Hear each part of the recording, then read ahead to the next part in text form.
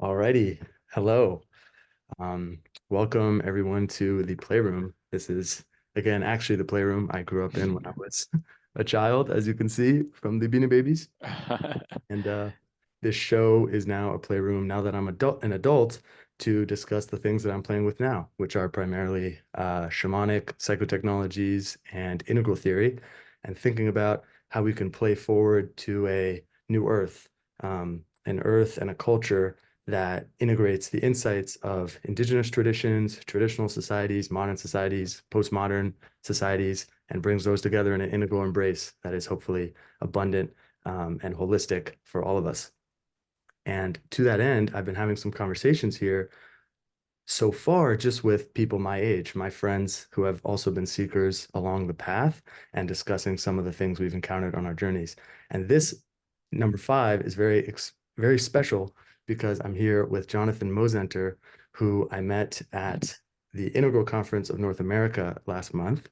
And he is the first integral elder that we're bringing here with us on the podcast to share some of the things that he's learned on his journey and some of the things that have already been figured out and established.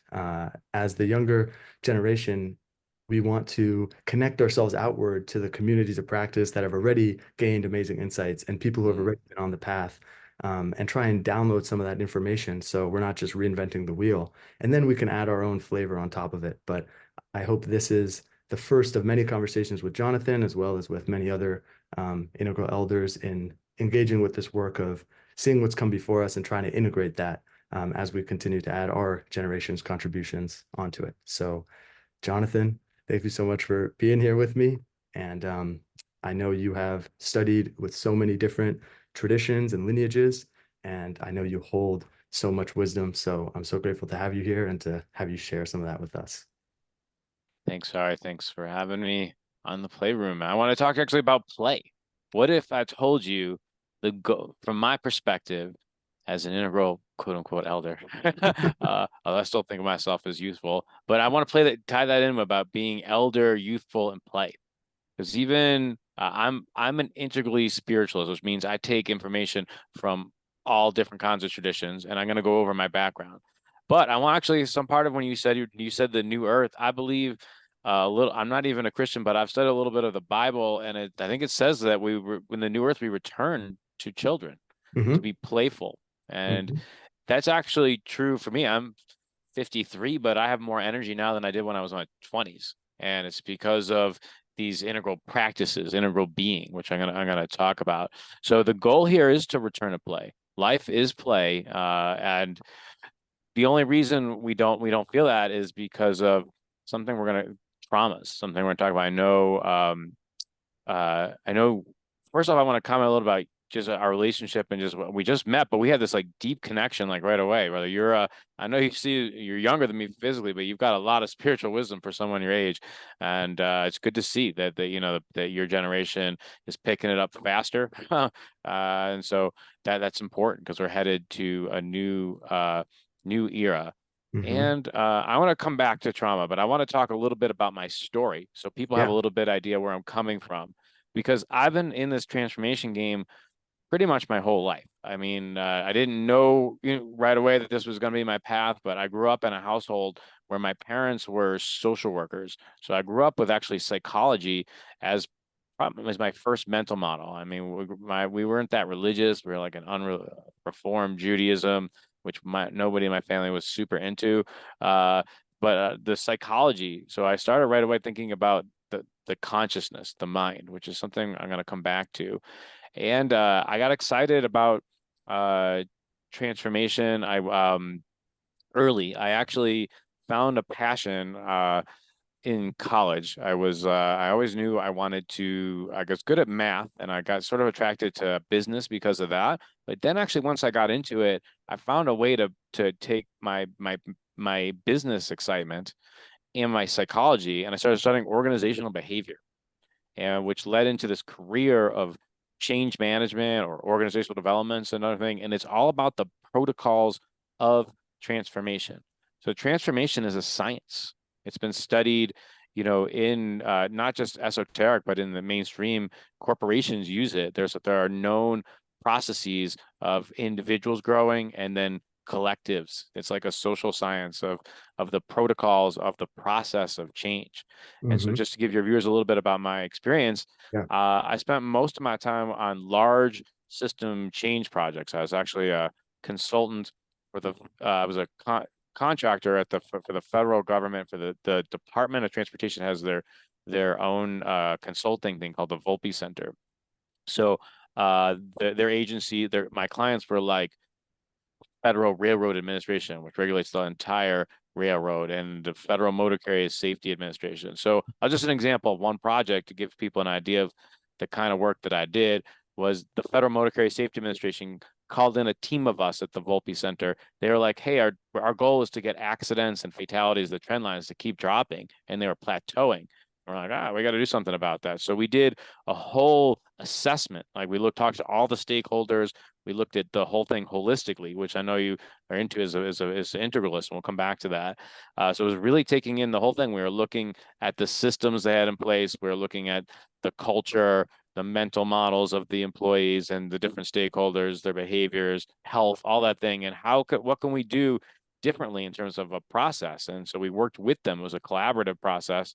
And eventually we did a whole reorganization, and it was like I was on the project for like 10 years. So it was really cool to be part of something that was very ambitious, that did a whole reorganization and walk it through the whole thing, because that's aligned with my sole purpose is that's kind of training. But now I'm here to more work on help the species evolve. And what happened is, just to take people along my career path and how I got into integral theory and some of the other transformational tools, I just had this feeling I was meant to bring together different tools and be an entrepreneur. But then I had a stuck moment. I was doing too many things, and I didn't know how to get past it. And I made this was at age 39. I was having a good life, but I knew I was here to have a 10 out of 10. I just knew this heaven on earth thing was good for me as an individual and for everyone else. And I feel like I was, getting like a 7.5 life. It was good, but I was like, I'm not stopping at this. I actually just said to the universe, like, I'll do whatever it takes to manifest my 10.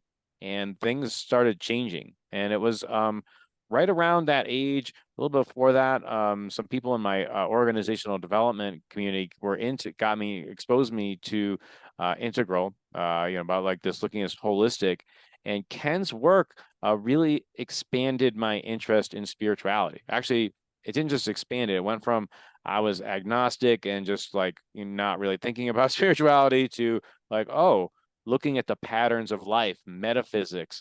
That's an interesting way of looking at spirit. And so it started to really ignite that part of me.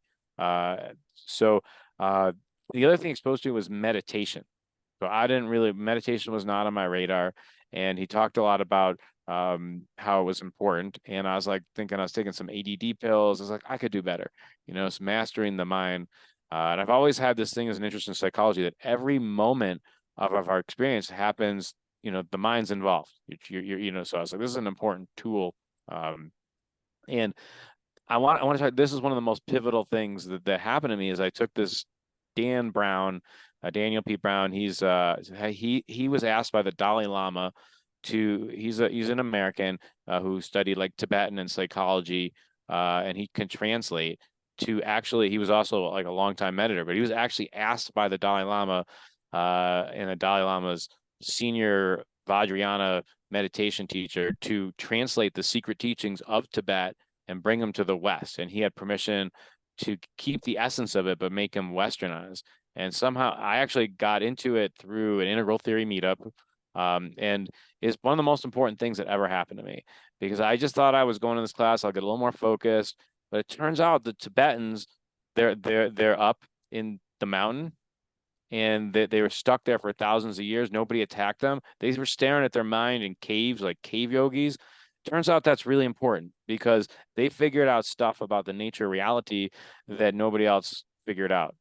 And so this was my kind of entry point into the mystical, and first as an idea, but they started pointing to things in the mind, and maybe later we can talk into a little bit of depth with that.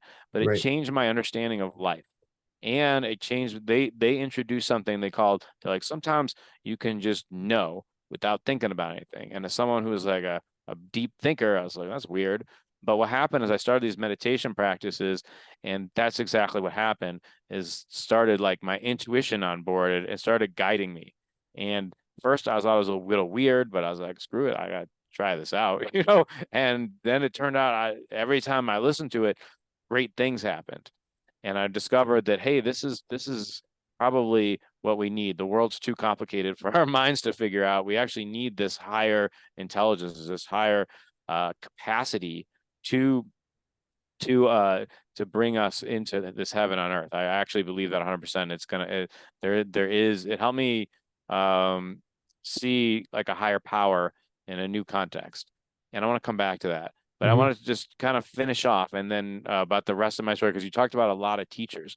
So what happened was I started to notice the world was very polarized, and there was a lot of corruption, and the powers to be. And I was like, oh, how can I do something about it? I got really informed of not only mainstream stuff, but maybe some esoteric perspectives on the nature of reality. And so what happened was that I said, dear, in Tibetan Buddhism, they call like the truth body they call it the Dharmakaya. And so I was like, dear Dharmakaya, I just want to help. I don't have a lot of quests. Make it be a good time for me. Use me well. And I got answers. It basically, to summarize what happened afterwards, because I feel like we're going to talk a lot about this period too, is Jonathan, the teachings of Tibet, they're awesome, but they take a long time. And this process of bringing to the West, there's a lot of new tools.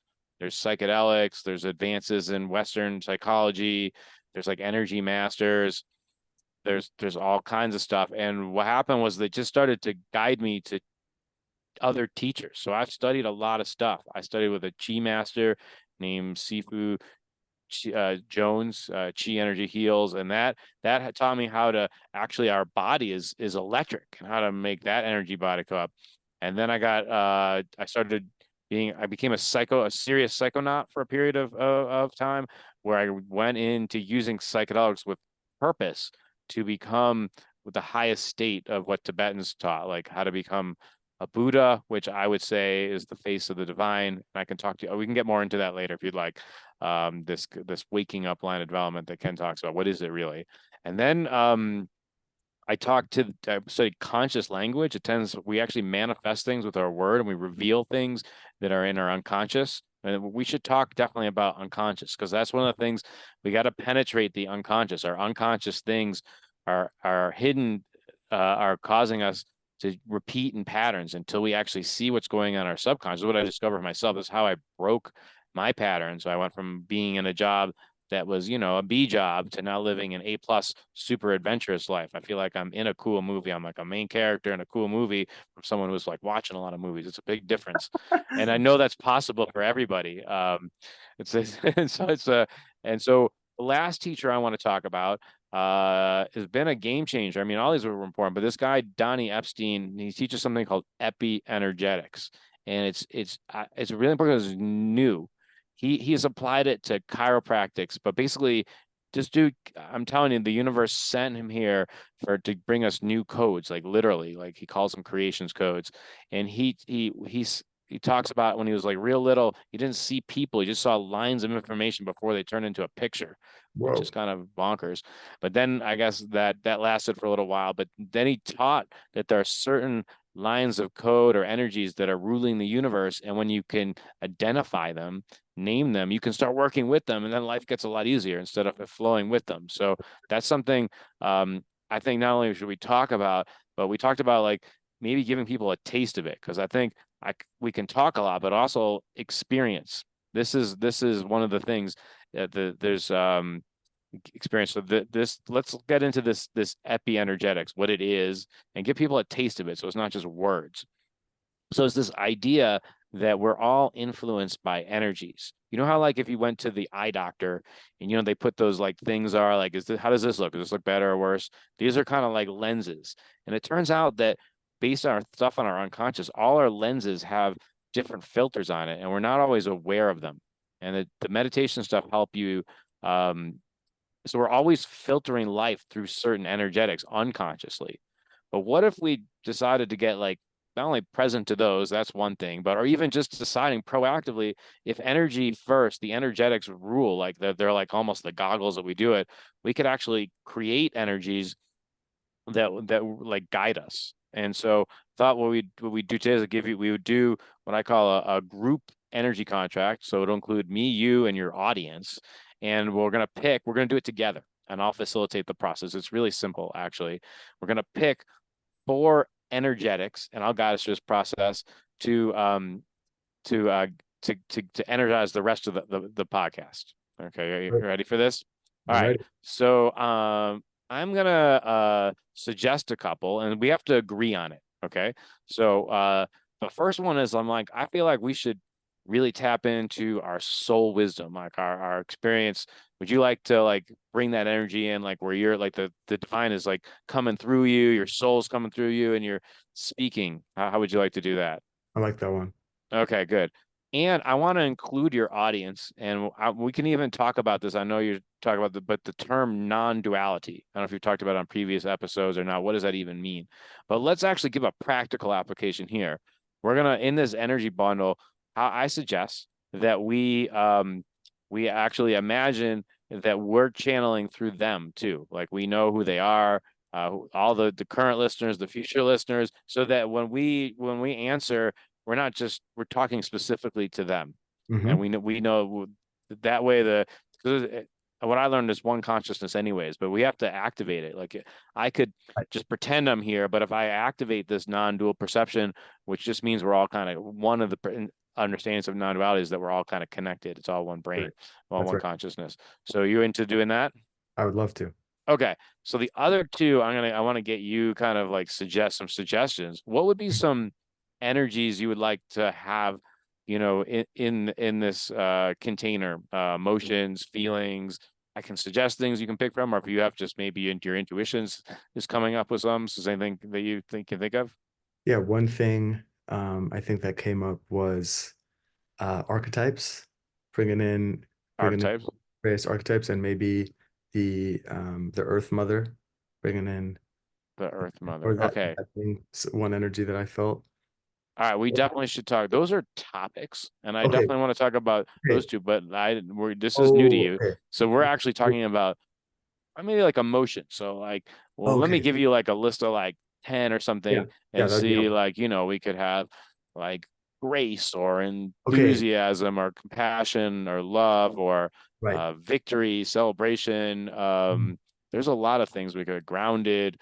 Yeah. Um, Victory those sounded good. I liked victory. victory. Okay, let's do victory. I like All victory. right. Yeah, Anything that's else? helpful. I was thinking like topics, you're talking about the actual. Yeah, we're talking about energies. I agree with those topics. Those sounds like great topics.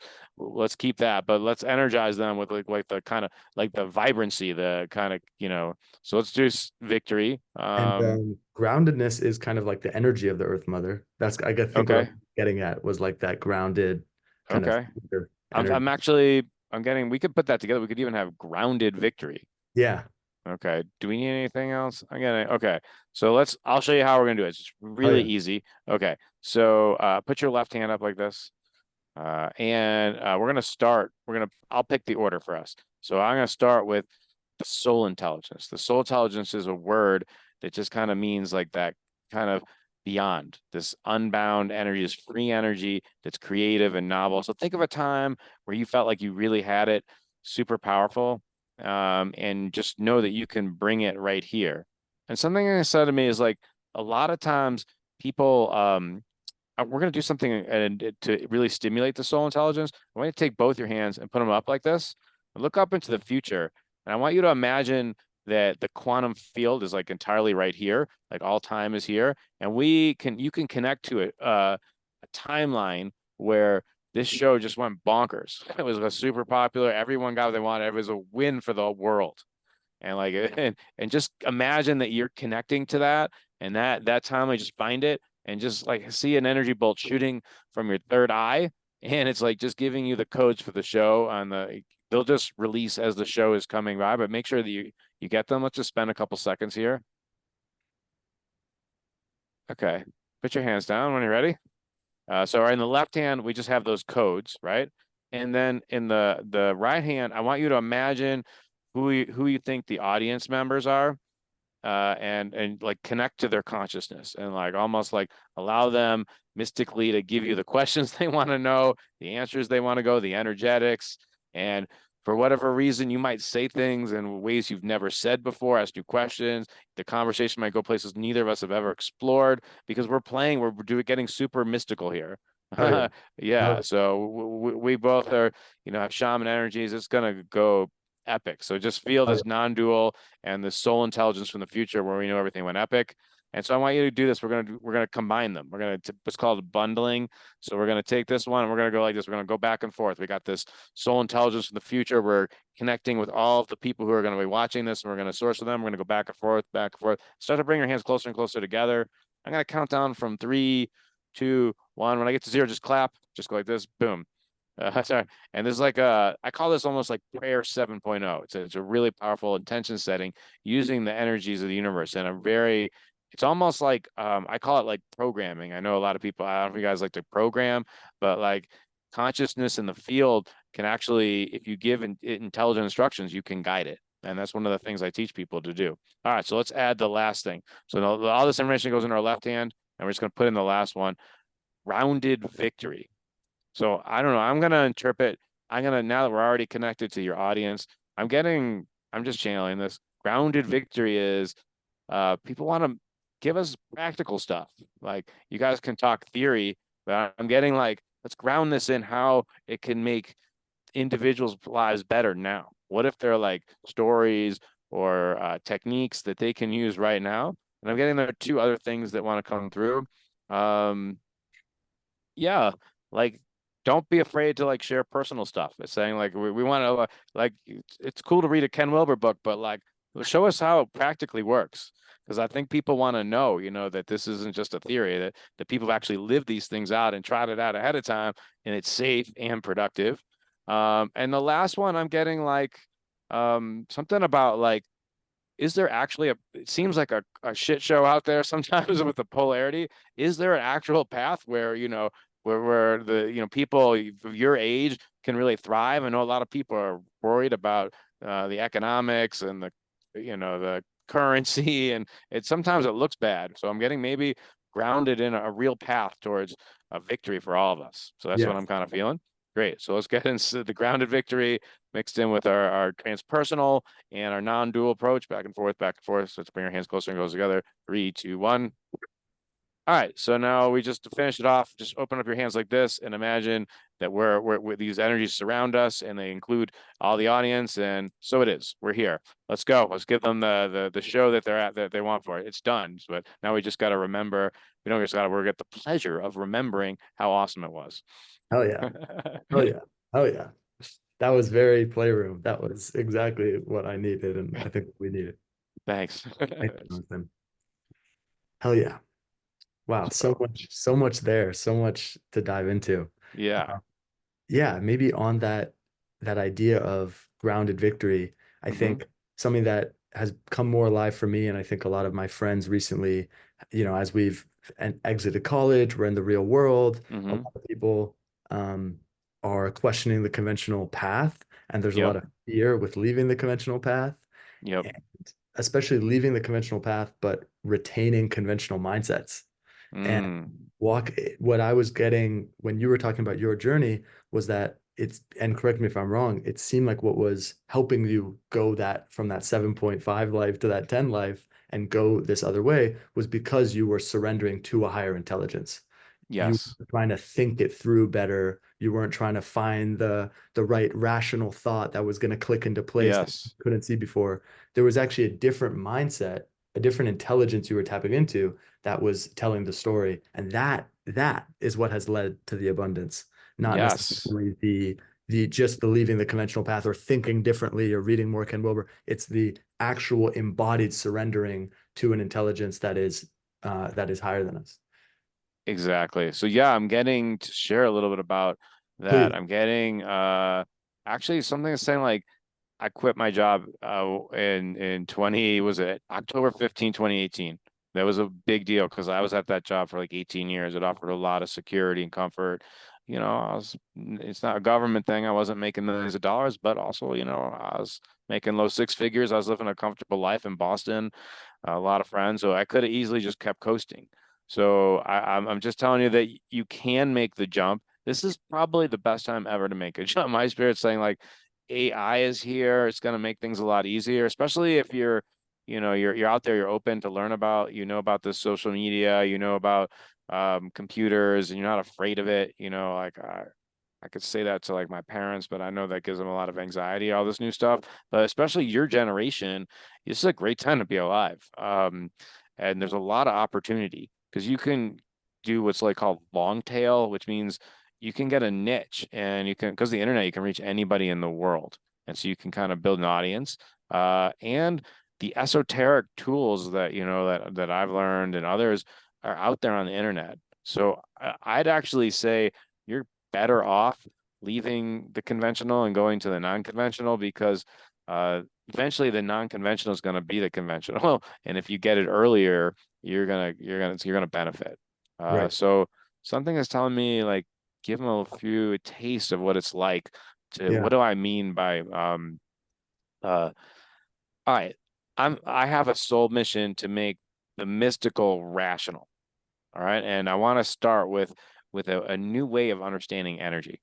And what is this like thing from beyond? Because that could sound scary. A lot of Right. people have their own way of thinking about like, what do you mean? I'm just going to trust some kind of blurb coming in my head. That sounds crazy, And I would have said the same thing, so I can relate to that. So let's start there. So there are two, this is one way of looking at energy. There's two kinds of energy. There's bound energy and unbound. Now, I want to tell you what I mean by that. Bound energy is anything that you can describe. So anything that's an object, a thought, a feeling, a sensation, a person, anything you can like, it's got a label on it, that's bound. That's already a thing. So unbound by definition is opposite of that is free energy. Now, when you're looking at life, if you are looking at something like from your old ideas of things, that's a bound way. So you can have a bound way of looking at things to look at a bound reality. And most of the time you're going to come up with the same interpretations, right? So occasionally it's not you can see patterns after a while. You mentioned a while, you do things for a while, you're like, I don't know about that, there are some growth. But if you want to increase that a lot, you can learn how to have more unbound energy. So unbound energy is just free energy. So some people are like, why does meditation actually work? Well, there's several reasons why it works. One is that like if you start getting some stillnesses between our racing minds, you can stimulate some unbound energy. So you give an opportunity to see something with fresh eyes and get some novelty and creativity. So that's number one. So I'm getting to talk about three things. So that's one. Um, Two is about I'm getting subtle. The key, this is about meditation. And this gets back to what I was talking about earlier, these filters. I know for sure, like you talked about, like, I don't want to have my younger generation to repeat the mistakes that I made, And so I'm telling you, every human being, there's some things that are just universal. When you are growing up, we have to take ownership. We actually get as a baby, as a small toddler, sometimes not sometimes, it's guaranteed that some emotions scare the shit out of us, or like this could be like fear or danger or humiliation, self-hatred at like super high level intensity levels, maybe not at a low level, but like intensity 10, or maybe you stack three of them at the same time. And the little kid's like, I don't want to feel that. It feels like death. It feels like my whole conscience is crumbling. I can't stop crying. This is the worst thing ever. And they create what's called a defense program to avoid feeling those feelings. That's This right. is a universal thing. And there's this primordial desire for the consciousness to digest their feelings. And so in every human being, imagine there's a part of you that wants to feel their feelings and a part of you that's avoiding feeling those feelings. And Right. it's like going into your MS config, you're part of your computer, like where you find the programs like the virus programs. I don't know if it's a virus, but it's basically an energy hog. It's something in your consciousness sucking your energy. And I'm telling you, like if we prioritize that, or as a species, but first it's got to start with more people just doing it and having success. What happens is I know the protocols, the exact ways, and we can get into this a little bit later about Yep. how you do it. Is to actually to unwind that. You can reprogram. Your mind is a little bit like a computer. You can feed it new codes if you understand how the mind works, and that will free up new energy. When you have higher energies and you stop getting if you because what happens if you don't do that unconsciously, you're gonna the universe will keep trying to recreate situations to for you to feel that thing that you don't want to feel. So you're gonna do it, and you're gonna move beyond it and get to the next thing. It's almost like a game, like we're Right. talking It about is good levels. You might as well just consciously do it because the life's gonna do it anyways. So you could do it safely, like with people who know how to do it safely, or the universe will give it to you however it gives it to you. So right. you can make a choice. I'm just telling you right now, I say this with love. If you only learn one thing from this podcast, this is a good one to like asterisk it. Learn how to feel feelings you're suppressing. Yeah. Yeah. One one thing couldn't agree more, and I'm loving this so much. And maybe just break down for us, why does having a defense mechanism take energy? Yeah. That might be counterintuitive for some people. I'm just getting that okay, this is something that's gonna stop me from feeling something really horrible. Wouldn't feeling that really horrible thing actually be really destructive to my life, cause me a lot of problems? Isn't that defense mechanism actually saving me energy? Why, in fact, is it actually taking up energy? Yeah. Well, it's a great question. So first off, let me get into practice how it would work. So, a defense mechanism is a conditioned pattern that you subconsciously do automatically. So, so it's almost like there's some vigilant part of you that's on the lookout to like, where's that thing? And I don't know if you've heard of like, I'm sure, or projections. So sometimes like people have like irrational fears. That's your defense pattern. Your transparent is like, oh my God, that could be the thing that's gonna lead you to that feeling. Don't do it. And it could be completely. So first off, just the fact that some part of you, it's like a parts work. Our mind has different parts. There's a part of you that's on guard all the time, trying to make sure. And some part of me saying like, Ryan, there's actually multiple parts. There's multiple defense patterns, and so uh, all the time they're sending out warnings that this fear, this could go wrong. This will lead to humiliation. This is going to lead to your death.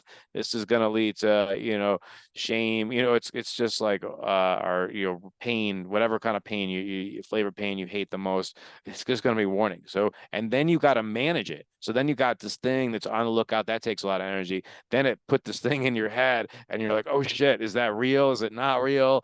And like you're not even present with like what's actually happening because you're so caught up in these other thoughts, and Right. then you get takes energy to get just back into the presence and be productive. So it's like on many levels it sucks us so much of our time and energy. And then like think about this, when somebody's like really in that state, they're not that fun to be with. You're not really shining in your best forth. And then that can lead to fights and one person get vibrating that energy, other people do it. So that takes up a lot of energy. Like think about just how it actually plays out in life.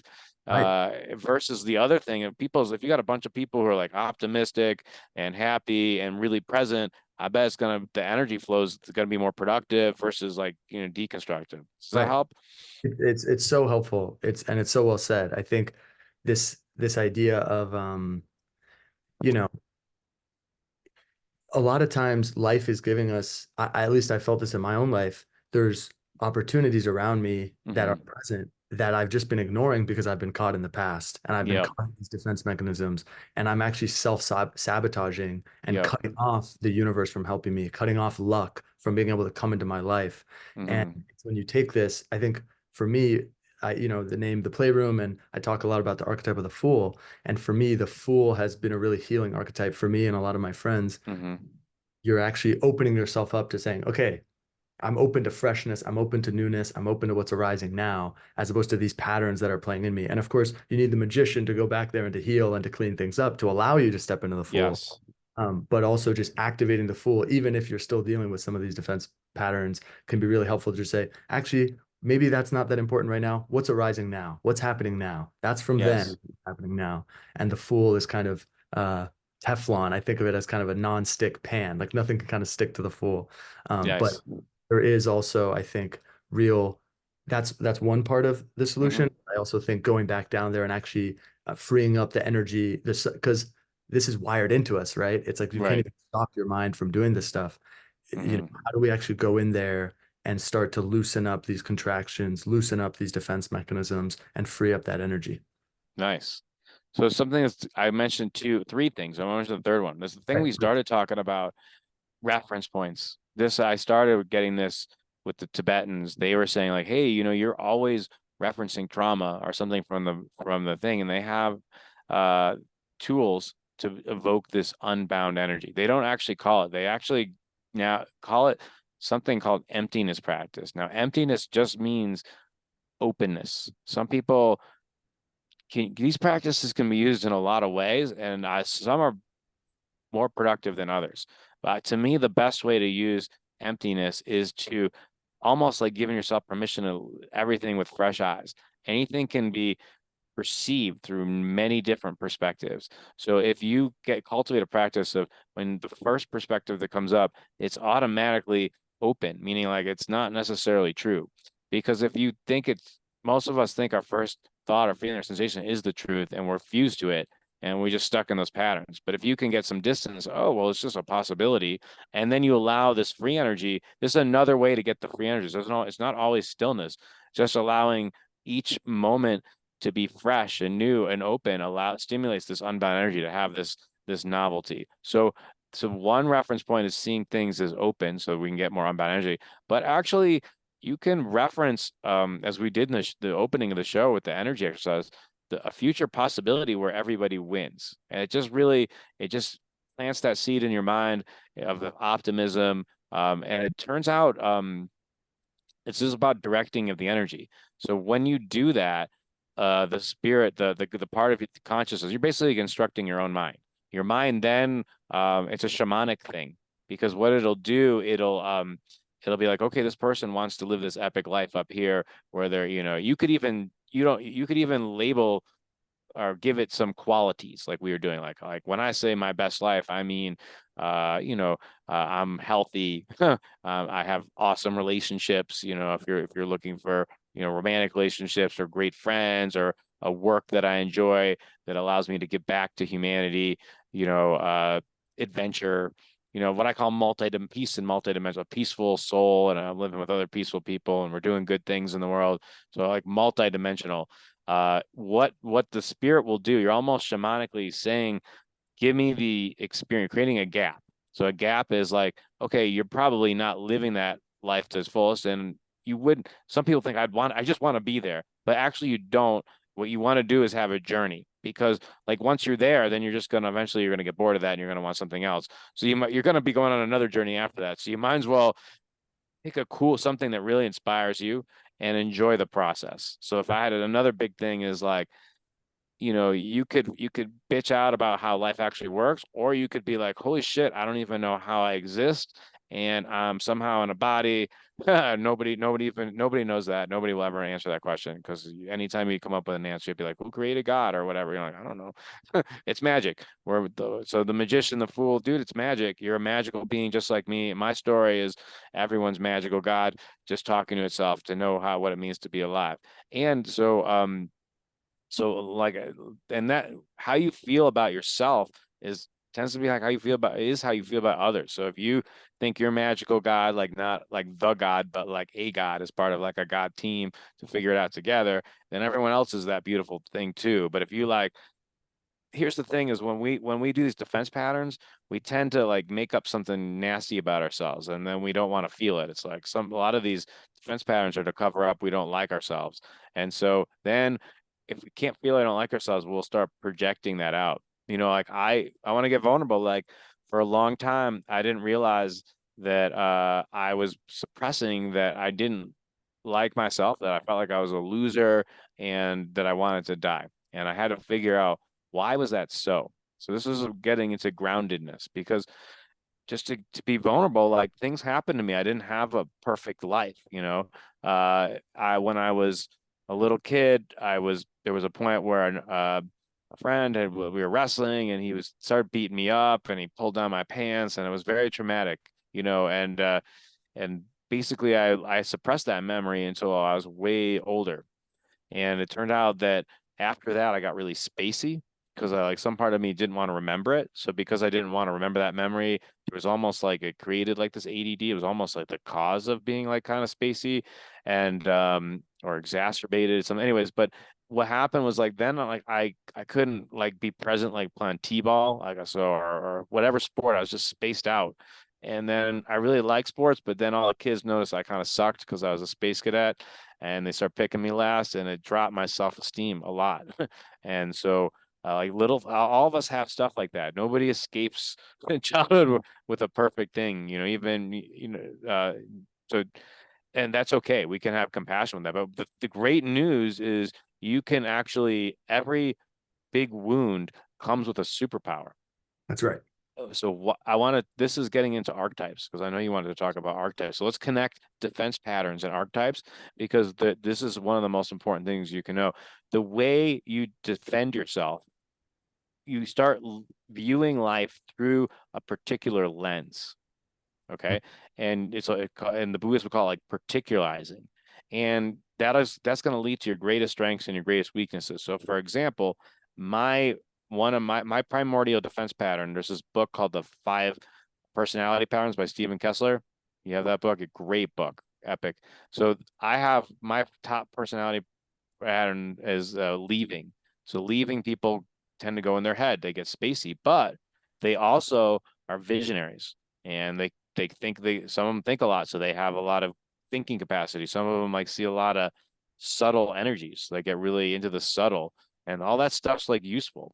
And then so as I started cleaning up the wounds and feeling the feelings, I was able to get more present. My mind got more peaceful. I got rid of the ADD meds, and then I started digesting my experience in the now. I actually had a Crohn's disease, which is like a autoimmune disease about digestion.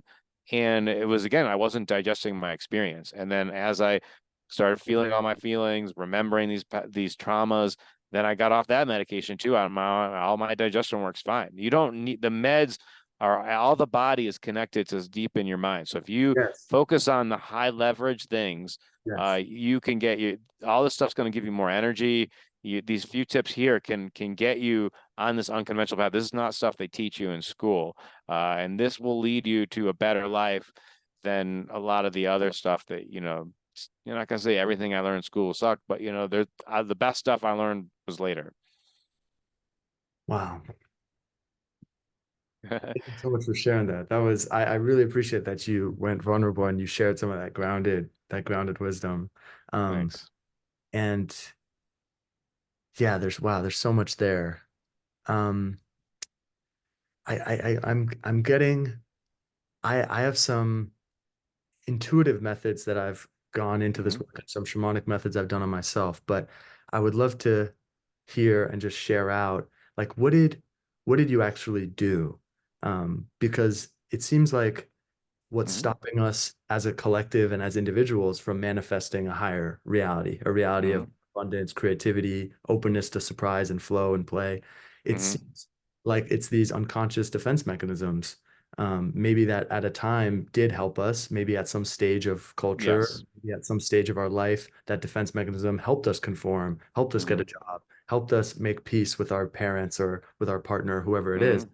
But now maybe they're getting in the way of our further growth. Maybe now they're causing bodily disease to us, right? Hmm. Maybe now they aren't needed anymore, or maybe the thing that they're keeping us in is actually holding us back. Even if it's needed for that thing, maybe we need to let go of that thing. Right. What what did you do specifically, and that can maybe serve as a metaphor or as a guide for Hmm. a symmetric process that needs to happen collectively for us to move Right. the All right. next. I'm getting to share a story, and then if you're interested in, I could help you with something. I could show you something I would do with my clients, so that people could get like a grounded reality of what it looks like. I'd love to All do it. right. So, all right. My spirit is saying I'm getting intuitively to focus on parts. Like we all have these kind of parts. Mhm. And narrative. So parts and stories. Stories hold everything in place. We haven't really talked about this a lot. And my spirit's saying, bring in a little bit of ayahuasca, like a little psychedelics. When both of us work with people with medicine, I've that's so I'm going to talk to you about my very first experience with ayahuasca.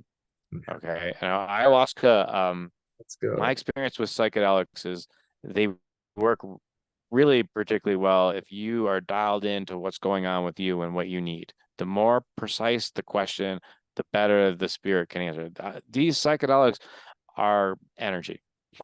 And you direct the energy. When you direct the energy intelligently, you get really good answers. So my very first question was, dear ayahuasca, I'm thinking all the time, can you help me feel?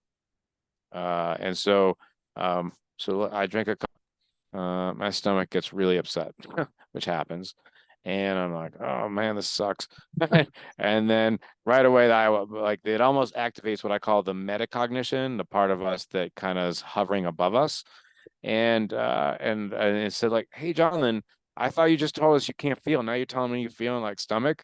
I call bullshit. Let go of your story, you know? So it was like literally like saying like, all right, it's like, okay.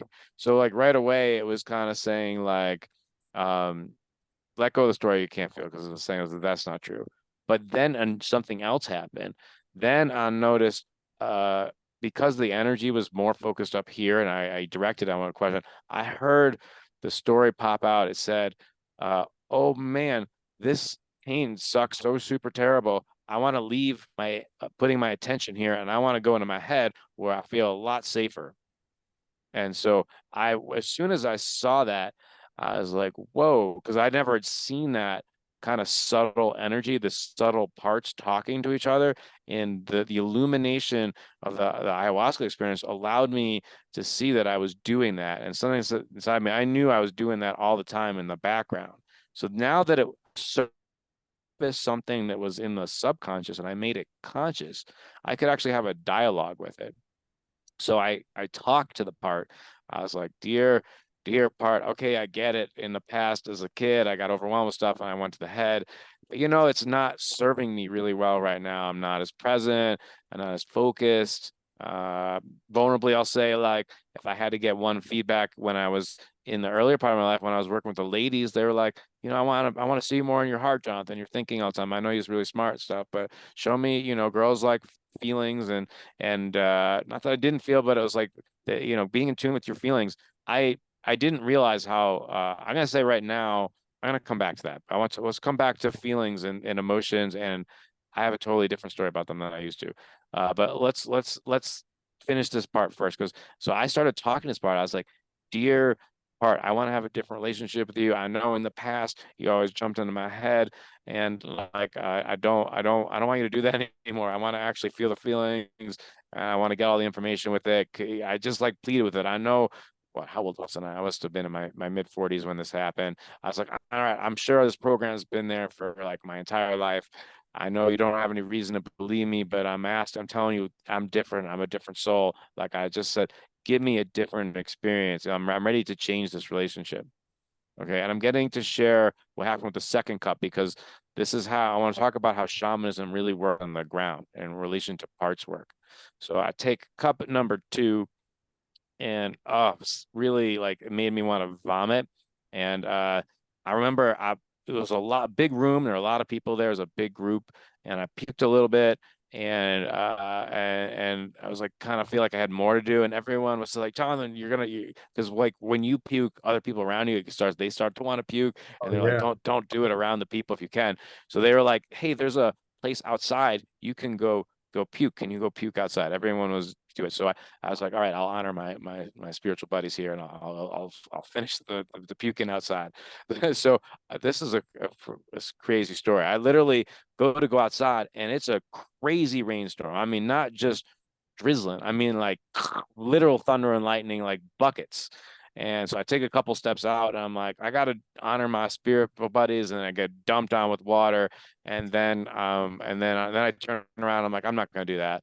And then like for some reason, I'm on ayahuasca. So it's like the story in my head, I get this experience. It's like, no, you have a chance here, Jonathan, to make a statement. The universe is like you just said you're gonna like make a deep change at the core of your being with your highest defenseman that's keeping you safe.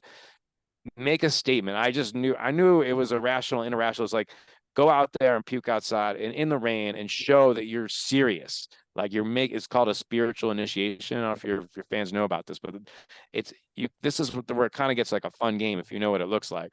So Mhm. then, and you get a lot of good stories. So then I'm like, oh, okay, I guess I got to do it. So like I'm going out there, and I just remember like getting half out there and it's just raining on me. I'm just getting dumped. And some part of me is like, should I do this? Should I not? Maybe I don't have to puke. I'm like talking to myself. And um, I don't know. I was out there for like a long time, just like trying to get out to the spot. At one point I ducked into like a shed for shelter and I hit a knife. And cut myself. I was like bleeding, like nothing like I'm gonna die, but just like to add a little drama to the story, like literally. And then like I eventually got to this like tiki torch and it was pouring, and I eventually did hurl out there. But I remember just like lying on the ground, and some part of me is like, good, you backed up your story that you're serious, that you're gonna do this deep, deep work and you're committed. Now you've got that part's attention, because before you did that, it was like, That's right. yeah, yeah, sure, sure, you want to do it. And I remember like walking back, and the last part of the story is that some person was watching me like the whole time, and she was like, "Whoa, dude, what happened? What was that like?" And I was just like, therapeutic, Yeah. and yeah, it really like set the energy for the rest of that healing to happen, to eventually move operating from that. So those kind of spiritual initiations are part of the process, and it's good to know what success kind of looks like. It's reprogramming. You notice this is the reprogram. We have parts of us that we created as kids, and if we want to take radical responsibility for our life, we can't be all victim. Oh, my parents caused this. BS. You as a kid decided to make this program. You as an adult can unprogram it and live your most epic life and be really present and make great choices. So anyways, I'll stop there for a second and see what you have to say. It's happening. The spell cast at the beginning, it's in full effect. I feel it Yeah, yeah. for sure. For sure, I feel it, man. Yeah. I mean, it's crazy because I really feel this in me. I feel like there are times where trying to think of a specific instance, nothing's coming to mind right now, but Mhm. there there are times where you ask for insight, or I've asked for insight, in the Lakota Uh-huh. tradition, they call it crying out for a vision. And Yep. you go out there in front of the Great Spirit and you kind of make yourself pitiful in some sense, like Mm, bring yourself to the end by either fasting, mm, by intense exercise, mm. sweating, or whatever it is. You put yourself kind of at the end of the rope and you show, yo, Mhm. I'm out here, I'm committing to you, I'm showing you that I care, that I'm here, and Yeah. come down and tell me something, teach me something. And then, you know, the thunderbolt that comes, or when the Great Spirit emerges, or when the teacher emerges, they, at least in my experience, they always just tell you the things you just don't want to hear. They're Yeah. just like, oh, that cave that you've been avoiding, that thing you thought this was gonna save you from, like you got to go in there, motherfucker. You got to go Yeah. in there. And you're like, fuck. Like the whole Yep. the whole reason I did this because I thought you were gonna wipe that away or destroy the cave or Right, something. right. They're like, nah, that's where you got to go. And it really just, I think for me, it's been a process of deepening faith, because the first time you do it, Mm. especially after not having done it your whole life, and your whole life having been, your mind was saving me. I had Yes. many experiences like this in childhood as well. I didn't fit in at the first school that I went to, had poor relationships with people. I was from a Persian family. It was a Catholic school.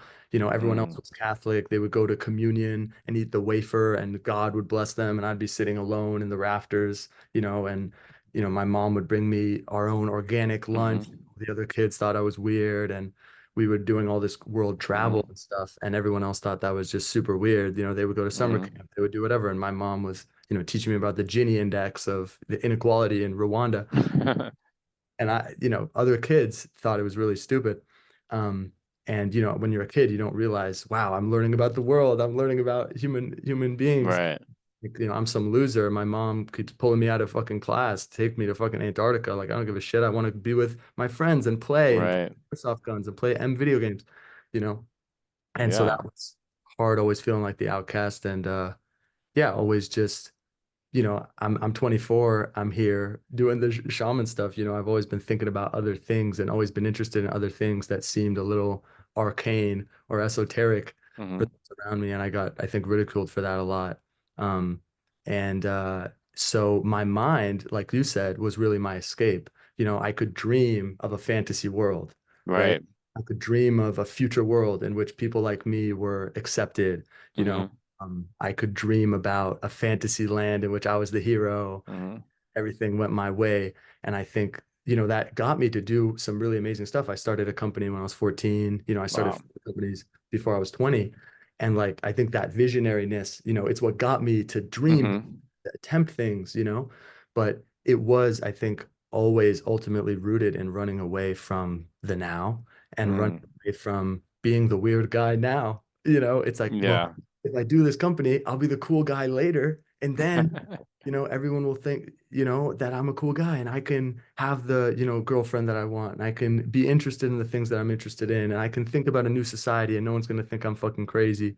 Um, and I can dress the way I want and I can be the way I want, blah, blah, blah. But it was always, you know, a future thing. And I think when I started going on this process of healing and I started to do the shamanic work and I started to get Hmm. into, you know, the healing is here now, buddy. Like if Yeah. you want to wear makeup, you got to wear makeup now. It's like, oh, it's like, it's like if you want to really create a new earth and like that's what you want to do, like you got to say that at the dinner party now. Like Yeah. you got to tell your friends who don't understand, that this is what you're doing in your life and you're dropping out of Stanford and your parents who are Persian immigrants who have done the conventional thing are like, what the fuck are you doing? And you have to show up to that and stand up to that. And it takes faith, it takes that faith in that Yeah. intelligence of, okay, I'm not going crazy. I am going towards a fuller me that I was defending against. And it's scary, but this is what I needed. Um, and I think it just takes cycles, it just takes cycles of being like, of showing up in going into the cave, right? Hmm. And then coming out the other side and feeling so much better and lighter and really vomiting out all this shit that, you thought was making you full, but was actually making Hmm. you sick. Yeah. And yeah, I just wanted to, I guess, share that and share, um, yeah, just that fear, that real deep Hmm. fear of, oh no, what if I let this go? What if I let go of this life raft that's been saving me? Hmm. It's like, Chief, that life raft has been fucking hurting you and people in this place. It's that narrative is what's causing you the problem, right? Yeah. Well, it's and just for people to know, you don't have to just let it. If it's deeply rooted, you're probably not going to let it go in like one session or one thing. It's a process. The process. And so to lighten people with it, but also I think you said something that's really important that I really want. It's about like having faith, and also like seeing this better world, but being with truth. Like life has patterns, and they're real. There are some patterns that are just universal, uh, metaphysics, right? Or archetypes, this shadow. And if we're gonna run away from that, you're gonna stay stuck at a certain level of development. And for those of us who not only have understood it with our minds, but then actually are being it, we're we're creating a groove, like a to make it easier for other people. So the more of us who tell the stories and how we did it and what are the things to avoid, here are the best practices, the easier it is going to be for everyone else. So I want to invite people into a new narrative about life. I believe this with every fiber of my being, that we are meant to maybe almost finish what they started in the 60s, about this like happy community where Right. we're all getting along and every life's a gift. They started something, and we can finish it now. Look, there's technology out there. A lot of people are afraid of AI or robots. I think they're our friends. I don't understand this fear thing. If they get too powerful, I'm throwing water on them. I'm unplugging them. I don't know what I don't know what this thing is. They're going to take over the world. The greatest consciousness is consciousness itself. Like the greatest AI, I'm saying, is actually consciousness itself. Right. Consciousness is a kind of has AI qualities to it, and it created the robot. So there's no way it's going to get consumed by it. That's a BS narrative. But I actually see a convergence. So what I'm seeing is more of us are getting this unbound energy and tapping into our own consciousness AI, and we're going to have certain things that we just don't really want to do anymore. And the robots or the AI is going to make a lot of the tasks that were kind of just tedious Right. easier, and everything's going to get easier. And we're at this transition point where we see the potential. It's definitely not there yet, but some of us are crossing over. And those of us who are early or even early on that path, um, you could look at it through the lens of like, oh, it sucks, not everyone's there. Or it could be like, hey, I get to be part of a spiritual revolution that changes the vibration of the planet from scarcity to abundance during my lifetime. Like, what a great time to descend on Earth. Like, what if you just celebrated, you saw that vision, and you realize that you are a key cog, you and your peers can collaborate and play a small piece in the puzzle. When I was talking to the higher powers, one of the most important things, like, you know, ego is a complicated word, but let's just say it's like sense of self. And sometimes we get like, some part of me is like, wants to be like Superman and like do everything. And my spirit's like, always, there's this lesson, Jonathan, stay in your lane. Each, there is what I call the collective metacognition. One of my teachers, Johnny Epstein, calls it like the weaver, the part Mhm. that brings people together. Mhm. That's that we upload and download information to. It's a real thing. It's part of reality. I'm what's called a It is. non-dual teacher. I think everything's God, including that. Some people just consider that God, but I think that's just a piece of God. I think, we're all acting as one kind of unit. And so, what was I gonna say about that? About focus. Each of us has a unique gift, a new thing that can be birthed through us, either individually or collectively, probably both. And when part of this spiritual journey is for us and this is getting to this grounded place, is for each soul to find what the Japanese call the ikigai. The ikigai is that thing that, you got a lot of passion for it. Whatever, it just gets you super happy. You're actually good at it, and because you're passionate about it and you're good at it, you could be great at it. And the world needs, like, right now. I Mhm. believe that there is something like that for everybody, and so you could actually make your quote unquote work or your income source play. Like, we're getting back to play. How do I play? Is well, so and you could be like, oh, I don't have that right now, so it's not play. Well, or you could make the process of getting there part of your play. If this is I'm gonna all right, this is one of my most important nuggets. I said this before, but here's maybe number two. If you fall in love with the process of life, you'll enjoy life a lot better. The more you love life, the more life loves you back. It's just something I've discovered. And it's okay if you don't feel that way. What if you actually were okay with feeling those feelings? Because if you're pushing away a feeling that you don't like, it's going to make more of it. So if you just accept it's there, then you can actually then move off of it.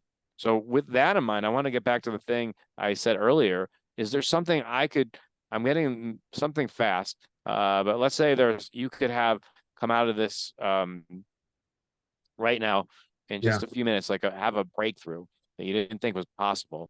What's Yeah. something that's like hot for you? Like something, a pattern, maybe you're having trouble, a feeling. Is there something like that that's hot for you? Just trust your first instincts. There is something that's hard for me. I'm afraid of becoming a cult leader. Um, Okay. Afraid of getting lost in playing with these intense energies. Um, Hmm.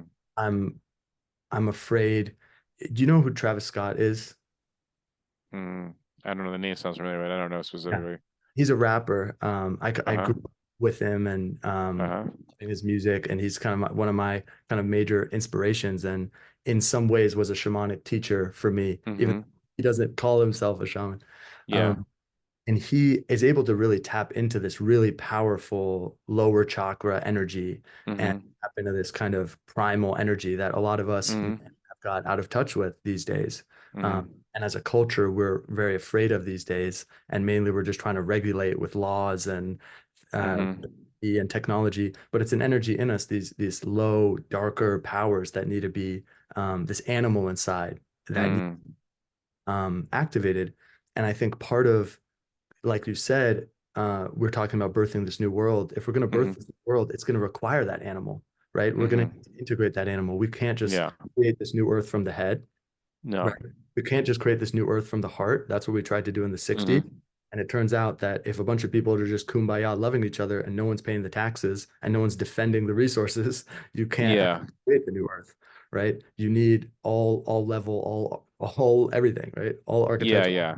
one of those very powerful level things that are needed is the strong, intense, fiery, masculine energy and Right. these forces of desire. I really want this. I Yep. want this new world. I want this utopia, and I'm willing to fight for it and go for it. If we don't have access to that energy, we're not going to be able to do it. And so I'm aware of the fact that I'm someone who in my life can activate that energy in people.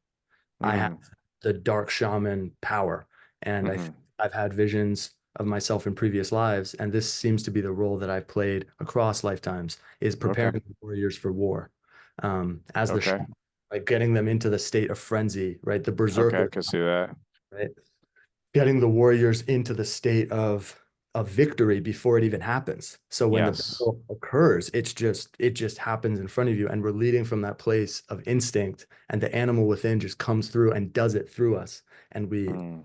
because that's where victory comes from in battle, and that's where victory is going to come from in this coming, ideally not physical, Mm-hmm. spiritual battle for the future of our species. And the Okay. problem is, Travis Scott uh, unlocked this energy, but it got, I think, a bit seduced by it and didn't Mm. recognize its power and the responsibility that comes with accessing that power, Uh-huh. and got lost, I think, in a little bit of the showbiz and the lights and the sponsorship, Mm-hmm. fame. And 10 people ended up dying at one of his concerts Oh uh, my God. at the peak of his popularity Okay. because his energy wasn't, managed Got properly, it. right? And I think I have a fear in me that if I start really tapping into this energy and actually using my full power, which I think Mm-hmm. just talking about integral theory and breathing deeply and shit, Mm-hmm. but is actually getting people into this state of awe and openness Mm-hmm. and frenzy where they can dare to dream about this future world and this future Yeah. earth, dare to go through the the hardships and the fear that comes from birthing a new reality. If I Mm-hmm. step into that, it's gonna, and if it works, right, it's gonna attract girls, it's gonna attract followers who think it's great, it's gonna attract all the classic human shit that it brings Mm-hmm. with it. And I'm afraid that I will succumb to that and that I won't be able to hold this energy and that I will fuck up and hurt our movement and hurt our uh, Okay. process of evolution as a species. All right. Maybe that's too big. No, no, it's not too big.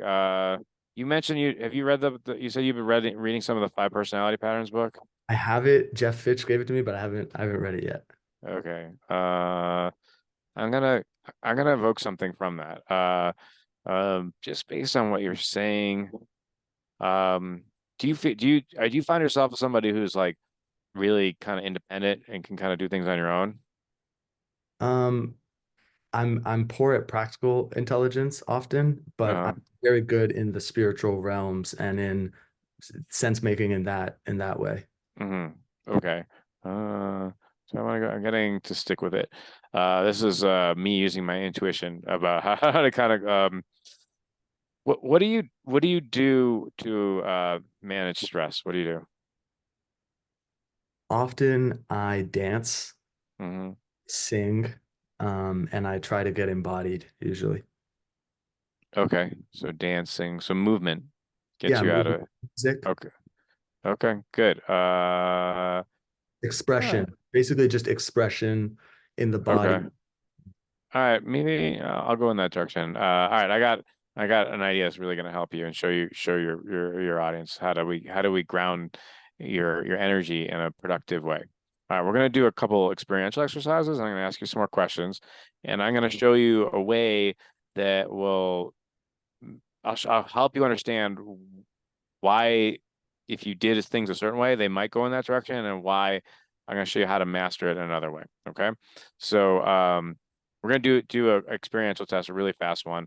I want you to take your hands like this and put it over your heart. And I want you to close your eyes. And I want you to just notice, what's it like for you to be right in this position? Like, what words come up? What is your energy like? Just go off the top of your head. Excited. I'm a little nervous. Mm-hmm. I'm grateful. I'm faithful. I'm surprised. Okay. On a scale of 1 to 10, where 10 is like super energy rich and 1 is energy poor, where are you? 9. Feel really Okay. energized. You feel energized. Okay, great. All right, come present. And now, guys, now let's put your hands up and out, and keep your eyes like wide open, and put your eyeballs, like your conscious, way outside of you. What does it feel like to be in this position?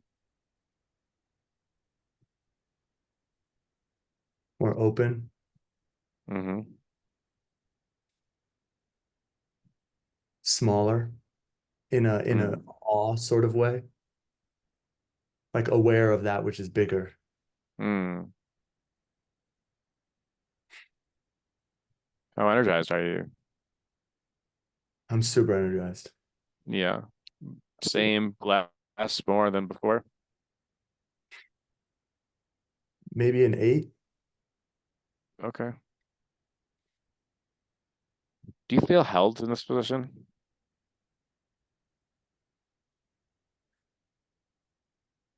I Or think so. what? I I think mean, it's so. okay. I don't want to put suggestions, but it's just kind of I think I feel more ready more ready.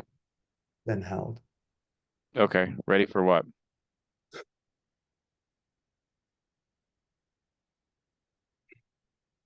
I don't know. I don't know.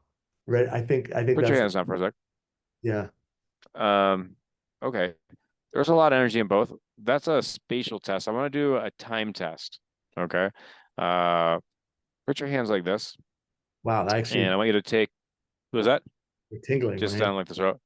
Yeah, pick one here. Let's just say the left one, put it a little bit higher, which would be up. Okay. So this is going to represent 3 years from the future, and this is going to represent you now. And I 3 years. wanted you to focus on this.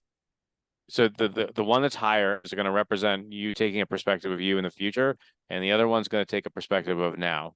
And so you have this fear about being some things, a lot of negative things. These dark energies, these strong energies are going to use you in a way that you're not going to that's not going to serve. Okay, good. That's so now, if you're coming from the past, uh, you know, and to now, what is your relationship to that? I mean, it could be the thing you just said, but just I want to give you a chance to just speak that voice, that part. The voice that's coming to this It's now. coming from the past right into now. Like, oh yeah, I'm getting all this higher power and it's scaring the shit out of me. I Right. mean, is that I kind of the narrative? Is there anything else you want to add? There is something I would add, which is I think that's why I've gone on this journey for the last, 4 years, especially these last 2 years, and why I've been in Mm-hmm. isolation in my house as opposed to being out there in the world, and why I've been reluctant to play because I didn't feel like I was tall enough to ride. And Mm-hmm. now I do feel I'm tall enough to ride, and I actually need to start because I'm kind of going crazy being alone. Mm-hmm. Oh, I Yeah, need to start putting this energy into the world. But there's also that old voice. It's not as strong as it used to be because I think I have developed, but there is yeah, that old voice saying we haven't ever been in these situations and we don't know what it will actually do when we're in them. fair Um, enough. there is a Uh, let's go the other hand. This is you 3 years from now. What does he want to tell you now? What's this what's the story come from that guy? I think that we made some mistakes, but we needed to learn them, Mm, that they guided us to deeper wholeness, and that the fact that I'm thinking about this now and that I'm conscious of it and I continue to be conscious of it is what ultimately makes it so that it doesn't happen. Okay. Can you put your hands down? Can you notice that the hand from the future had more energy to it, had more better, wiser perspective? Yeah, So that tells me is that uh, you, particularly time wise, resonate with a higher wisdom. And remember, we talked about energetics in the beginning. right. So remember we talked, we're going to tie a couple things together here. When you go back from the past, you're going to start surfacing things through these lenses that they're causing you the projections, the trauma. But when you start focusing on the future, you're going to get a higher vibration perspective.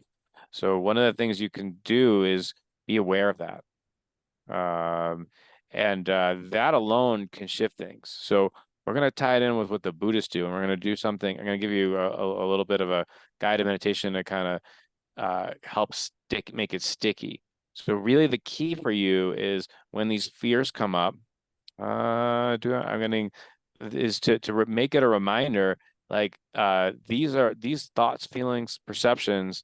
First off, all thoughts, feelings, perceptions are automatically, they're just energy, and they're based on your energy level. So if you want to get another like sticky, like this is something everybody needs to know. This is something I tell all my clients is this decree. Decrees are conscious language. This is about putting code. Remember we talk about recoding your mind? Every person, this is something that's universally true. You can test it out yourself. But whatever you're thinking, feeling, decision is dependent on your energy level. And if you know what energizes you, like you are more energized when you think about the future. So when you are referencing the past, like your lenses are referencing the past, you're going to bring up that fear guy. So that you could either get seduced by it and keep sucking in, or you can make it your best friend. You can be like your reminder to go, oh shit, I'm looking in the past. I just need to remember to focus on the future, and my perspective will shift. And if you keep practicing that, eventually, that'll just be, you'll just know it so coldly. Even if that fear came up, you'd be like, ah, whatever, silly fear Yeah. guy. I just know I need to get some energy up, maybe do some jumping jacks, look to the future, whatever. You know what I mean? Like it doesn't have to be that complicated. Well,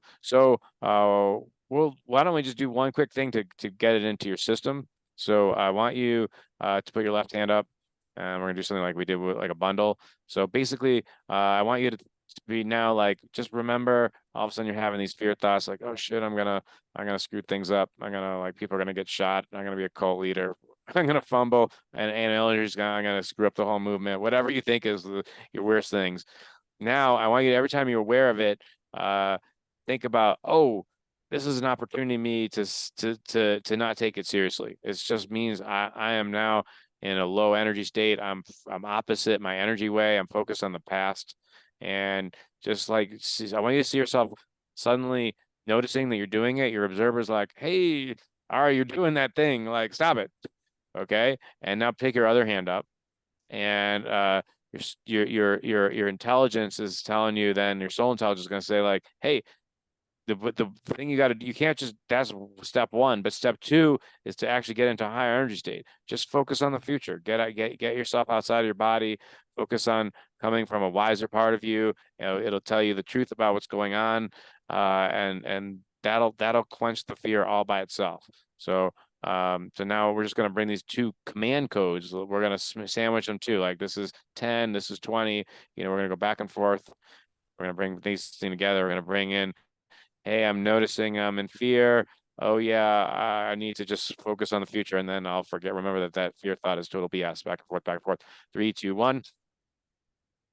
Now, our consciousness. This is a line of code, and it's an important line of code because a lot of times these fears are really primordial. So let's imagine that your input, your computer screen, is your consciousness or your field of awareness. So let's say this is because it's a really important code.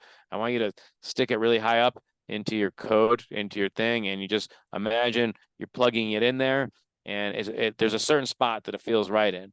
And if you ever, because you're like putting it into your consciousness and you're always with your consciousness, it sticks there.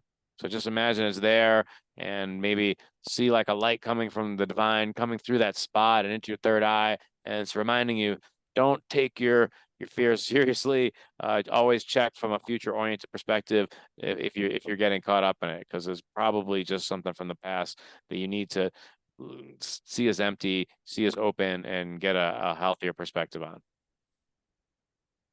So it doesn't have to be that hard. How long did that take? Like 10 minutes. And sometimes so you can do that anytime you want. You got the recording here. Sometimes when I'm with my clients, I'll give them a voice recording. I'll just send it to them, whatever. You listen to that 2 minutes. It's a couple times a day. You do it for like a month, you'll never forget it. You know what I mean? You could change a pattern like that. It doesn't have to take Really forever just with these new felt technologies. What was that I like for you? yeah, I'm a sensitive person, so this stuff touches me deeply, that's the shamanoid. Mm-hmm. And yeah, I feel like I felt um at one point I felt like lightning come down from the Wow. crown, come down in and come down through the body and down my legs, and just a full like re kind of energizing. And I felt Mm-hmm. um the fear body like kind of crack and like get exploded off by the Mm. new energy. Nice. I think this field of belief and energy of abundance and of faith kind of like just shattered this kind of dense, heavy, kind of like crunchy, crickly auric field that was around me of this fear, and this contraction um was kind of just released. And I feel really abundant right now, really open, really energized. Cool. Sorry, someone walked in my room and I was telling I'm in a meeting. Yeah. Yeah, that's amazing that you did that. I'd love to, if you're open to this and you can do this with your audience, is you do these energy bundles with they're like intention setting, and Yeah. then you take like a psychedelic and you like use that as you like almost touch that spot as it's like coming on. It's like, hey, help me with this fear thing. It'll give you a shamanic experience that'll deepen that code. Yeah. I think that's something that I'm gonna do before I move. I'll go do a journey with this. Um, Nice. yeah, it's so crazy. The synchronicity of this happening is really crazy, honestly, because I recorded a voice memo the other day from a place of fear, from a place Hmm. of deep fear, that I was going to send to two of my friends about like, yo, you need to watch me and catch me if I start going down Hmm. these paths. But it was really from the consciousness of fear. And when my higher self kind of came online, and it was actually after our first call, I had this moment Hmm. where I was getting into a higher energy state, and then I started to become afraid of this, and I kind of went into this fear body, and then my higher self kind of caught me, and I was like, whoa, whoa, whoa, like, why are we doing this from that place? And I kind of started to integrate it, but this really, I just feel like put me in a whole nother place, and it reminds me of deity yoga. Mm. Something I know you have a background in this, and this Yeah, is yeah, we'd be happy to talk about that. yeah, this idea, just from my perspective, I'll put in one little thing, which is Yeah. if I can connect with the version of myself, if I can connect with the timeline in which, like we did at the beginning of this call, right? Connect with the timeline of this call that goes amazingly. If I can Hmm. timeline of Ari who doesn't do that, right? If I Hmm. can connect with his energy and use him as an archetype that I can draw power Hmm. from and use him to guide me, as Yeah. opposed to using this archetype that's made by fear of me doing it, right? Right. And nudging myself subconsciously closer and closer to that thing by trying to avoid it. How do I actually Hmm. look at the healthy archetype that manifests everything from a place of abundance? How do I connect with that Ari and allow him to teach me backwards through time? Yeah. Yeah. That's beautiful. Yeah. And just, yeah, it really helps shape the consciousness. These deity yogas or using these reference points that put us in a frame of mind. It gets the mindset game, right? And the mindset leads because the mind, everything is filtered through the mind. So if you do you want to be, filtering things through fear or through confidence, so that's a big deal. That's cool that you're doing that. Yeah. Now, this was wow. Yeah, I feel like heat in my face and like, yeah, that was amazing.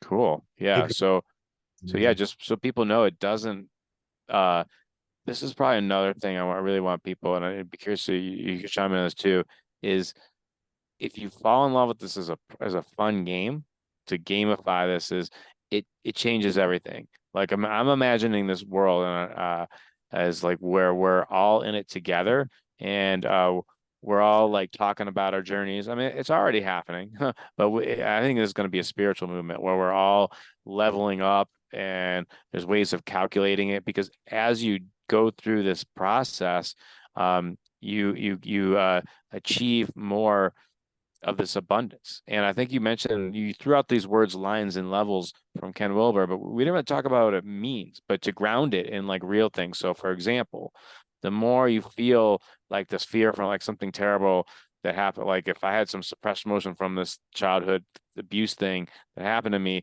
the more I felt it, then afterwards I just felt more relaxed. So like on my line of development of peaceful being, maybe I went from a level 4 to a level 6. And then, then like here's another cool thing like I've done, just to give you some ideas. Like I got like a long massage on a psychedelic, maybe just an edible or something, and it helped me relax. And then they like, because sometimes the trauma is in the body, and Right. I released some more stuff. And then, relaxation guy went up, another one. And maybe because I'm more relaxed, my self-awareness goes up, and my presence. So maybe my presence goes from like a 4 to a 6, And so we can actually gamify it where each, as we're doing these different kinds of development, we can actually see we're just becoming a better person.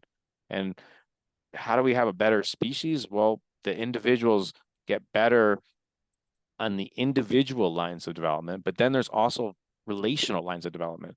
Right. So, like how like getting triggers less. If I'm more relaxed, I'm guaranteed, I bet, and more present to what my actual triggers are and what I do, I'm more likely not to be in them. And so then that's going to make me a more fun person to be with, a more chill person, and then you could like develop conflict resolution skills. And, that could be a series of lines and levels. Like how well can you listen? How well can you do active listening, like where you're just asking questions, and not versus like you balance something like inquiry and advocacy. So advocating for why you're right.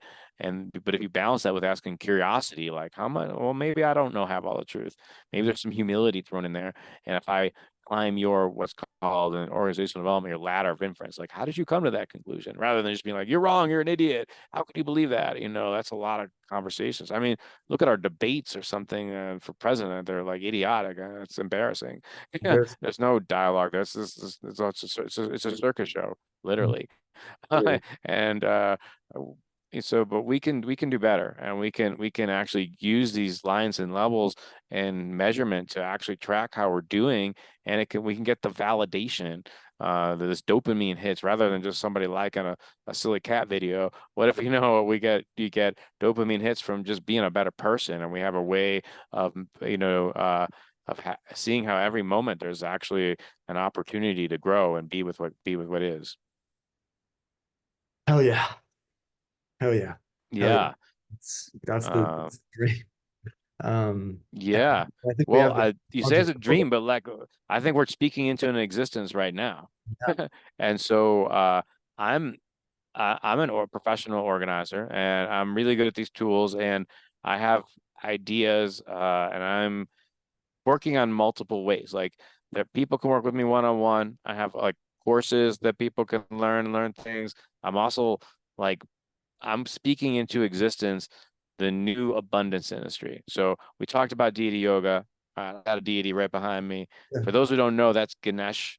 I won't get into there's a longer story when I was on ayahuasca where it was suggested that I work with him, and I align with him because he's about removing obstacles so we can have abundance. And when I work in my when I deity yoga, just for those who don't know, is like, as you were kind of saying, all right, is like where you put on a mask, you kind of pretend you're the deity. You're not. The only thing that's real is you're now. But you pretend to get the qualities out. And so the Ganesh in me is like, we have the tools to make abundance on earth right now. We have to focus on the things that actually work. There are certain lines and levels that will actually make the biggest difference in resolving conflict. I call it the 3 levels of resolving conflict. We're resolving our conflict with our marriage to God. Like, what is this? Uh, our parts work. Remember we talked about parts worker, and then the third one is like relational. And so if I had to take all this complexity and be like, hey, it's a confusing world, there's climate change, bullshit. We get really good at conflict resolution. All those other problems are going to go away. And we know how to do that now. And one of the ways to do it is actually um, like what if before you had a conflict talk, you actually everyone agreed that like, hey, let's get the energy right like we did today. And we agreed we're gonna come up with a win-win-win solution. We're gonna use our soul intelligence, our upper mind. We're not gonna get stuck in just I'm right and you're wrong. Like, no, we're gonna maybe use some compassion and some listening, like maybe I don't understand why you have that view. Maybe there's a reason why you have that perspective. And I'm so caught up in why I feel this way. And if we swap stories and take our time, there's I had in my last romantic relationship, one of the most important things, here's another great gold tip, is me and my girl made an agreement. If we weren't like we numbered our energy levels, and if we weren't like at least high neutral, energy rich, we were not going to talk about anything that was controversial or conflict. We're like, all right, if both of us are like energy neutral, low neutral, poor, and we start getting into these things, it just makes it worse. So Way, why do way that? worse. So we just that's saved a lot of energy, and it's just smart. So I'm here to spread best practices. No, that's so beautiful. And this is something I've seen visions of many times is kind of this we had the Constitutional Congress to come up with the United States, where you Hmm. got all the different guys, basically dudes that ran Hmm. the different states come together in a room and kind of enter into this collective field Yeah. and try and crystallize it into something. And I think what we need this time is like a planetary Congress where we bring together, all the different people, all the different stakeholders, different ages, the elders, the young Hmm. people, the different humans from the different cultures, as well as the different animals, and even invoke, like you said, the higher intelligences and our Hmm. ancestors and our descendants, and kind of create this field together, and from that place, crystallize something.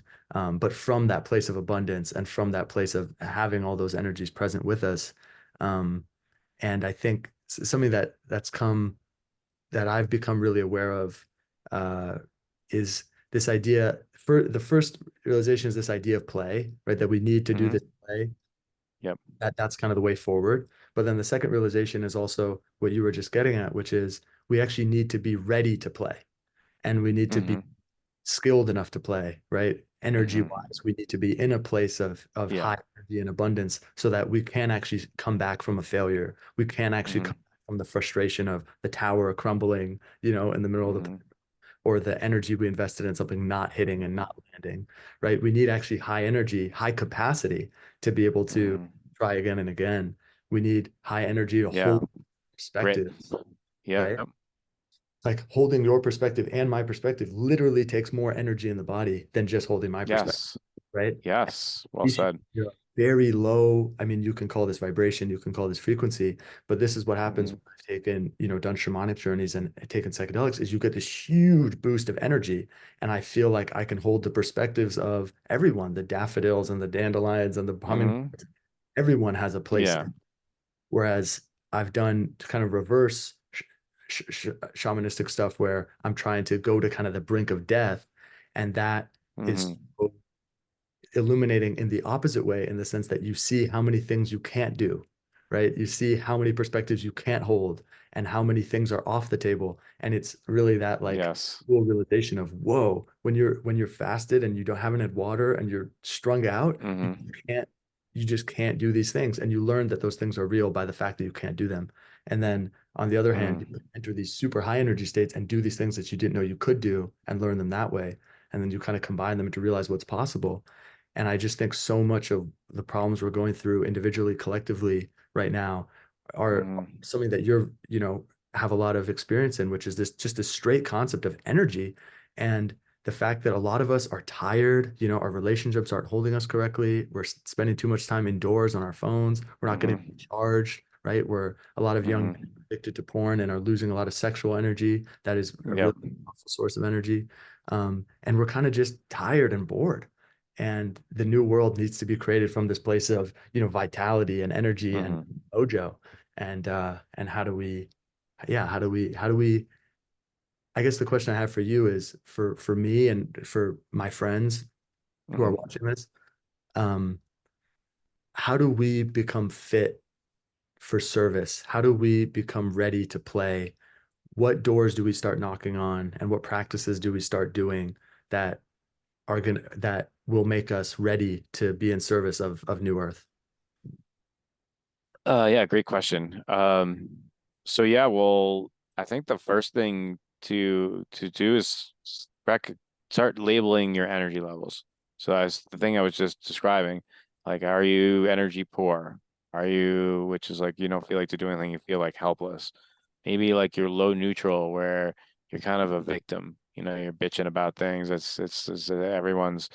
It's not your fault. You're blaming everyone else, or you're just kind of neutral where you know you're just kind of going about your day. It's kind of blah. You got enough energy to get some stuff done, but you're not like feeling super creative. Or you're like high neutral where you're like, okay, this is a good laugh, and your higher mind's getting going. You got more possibilities. Or you're getting like energy rich or super rich. You're in a flow state. And realize that you don't always need to be in like a flow state. In fact, you're gonna get exhausted unless you're just like some super energy master. We all got to start off where we got to figure out what tasks do we really need the high energy states, and then how do we get there? What is your formula? Like for example, we noticed for you, you like to look into the future better, and a lot of people are like that. And so everyone has their own recipes for high energy and for low energy. So the more you become aware of them, and just the key is like what task you doing, and like what energy level are you at? That would be the first thing. And then a higher level thing is like, I'm, going on, out with my friends for a concert. I want to bring a lot of enthusiasm and like consciously bring that up or bring that up in the group field, or like, it's like, someone who's like, like someone's calling you and they're having a hard time. Maybe you want to bring in like something like compassion or sympathy, like where you can help understand them and help them feel like they feel met. So different situations require different energetics. So that's just starting the sensitive about like what energetics are you bringing, and then what are you doing. I'm offering a class in September. It's a 3-month class that specializes on this, where people figure out their formula for energy, for high energy and for low energy, and it shows how to use these energetics with altered states, whether it's psychedelics or breath works. Like during the course, we're going to have one class will be a breathwork session. We'll teach people how to prepare for it and how to integrate it. Because we didn't talk a lot about this yet, but Right. the psychedelic things is not just about taking a psychedelic. There's Okay. a process that really makes a difference. The more you know yourself, the more you're prepared.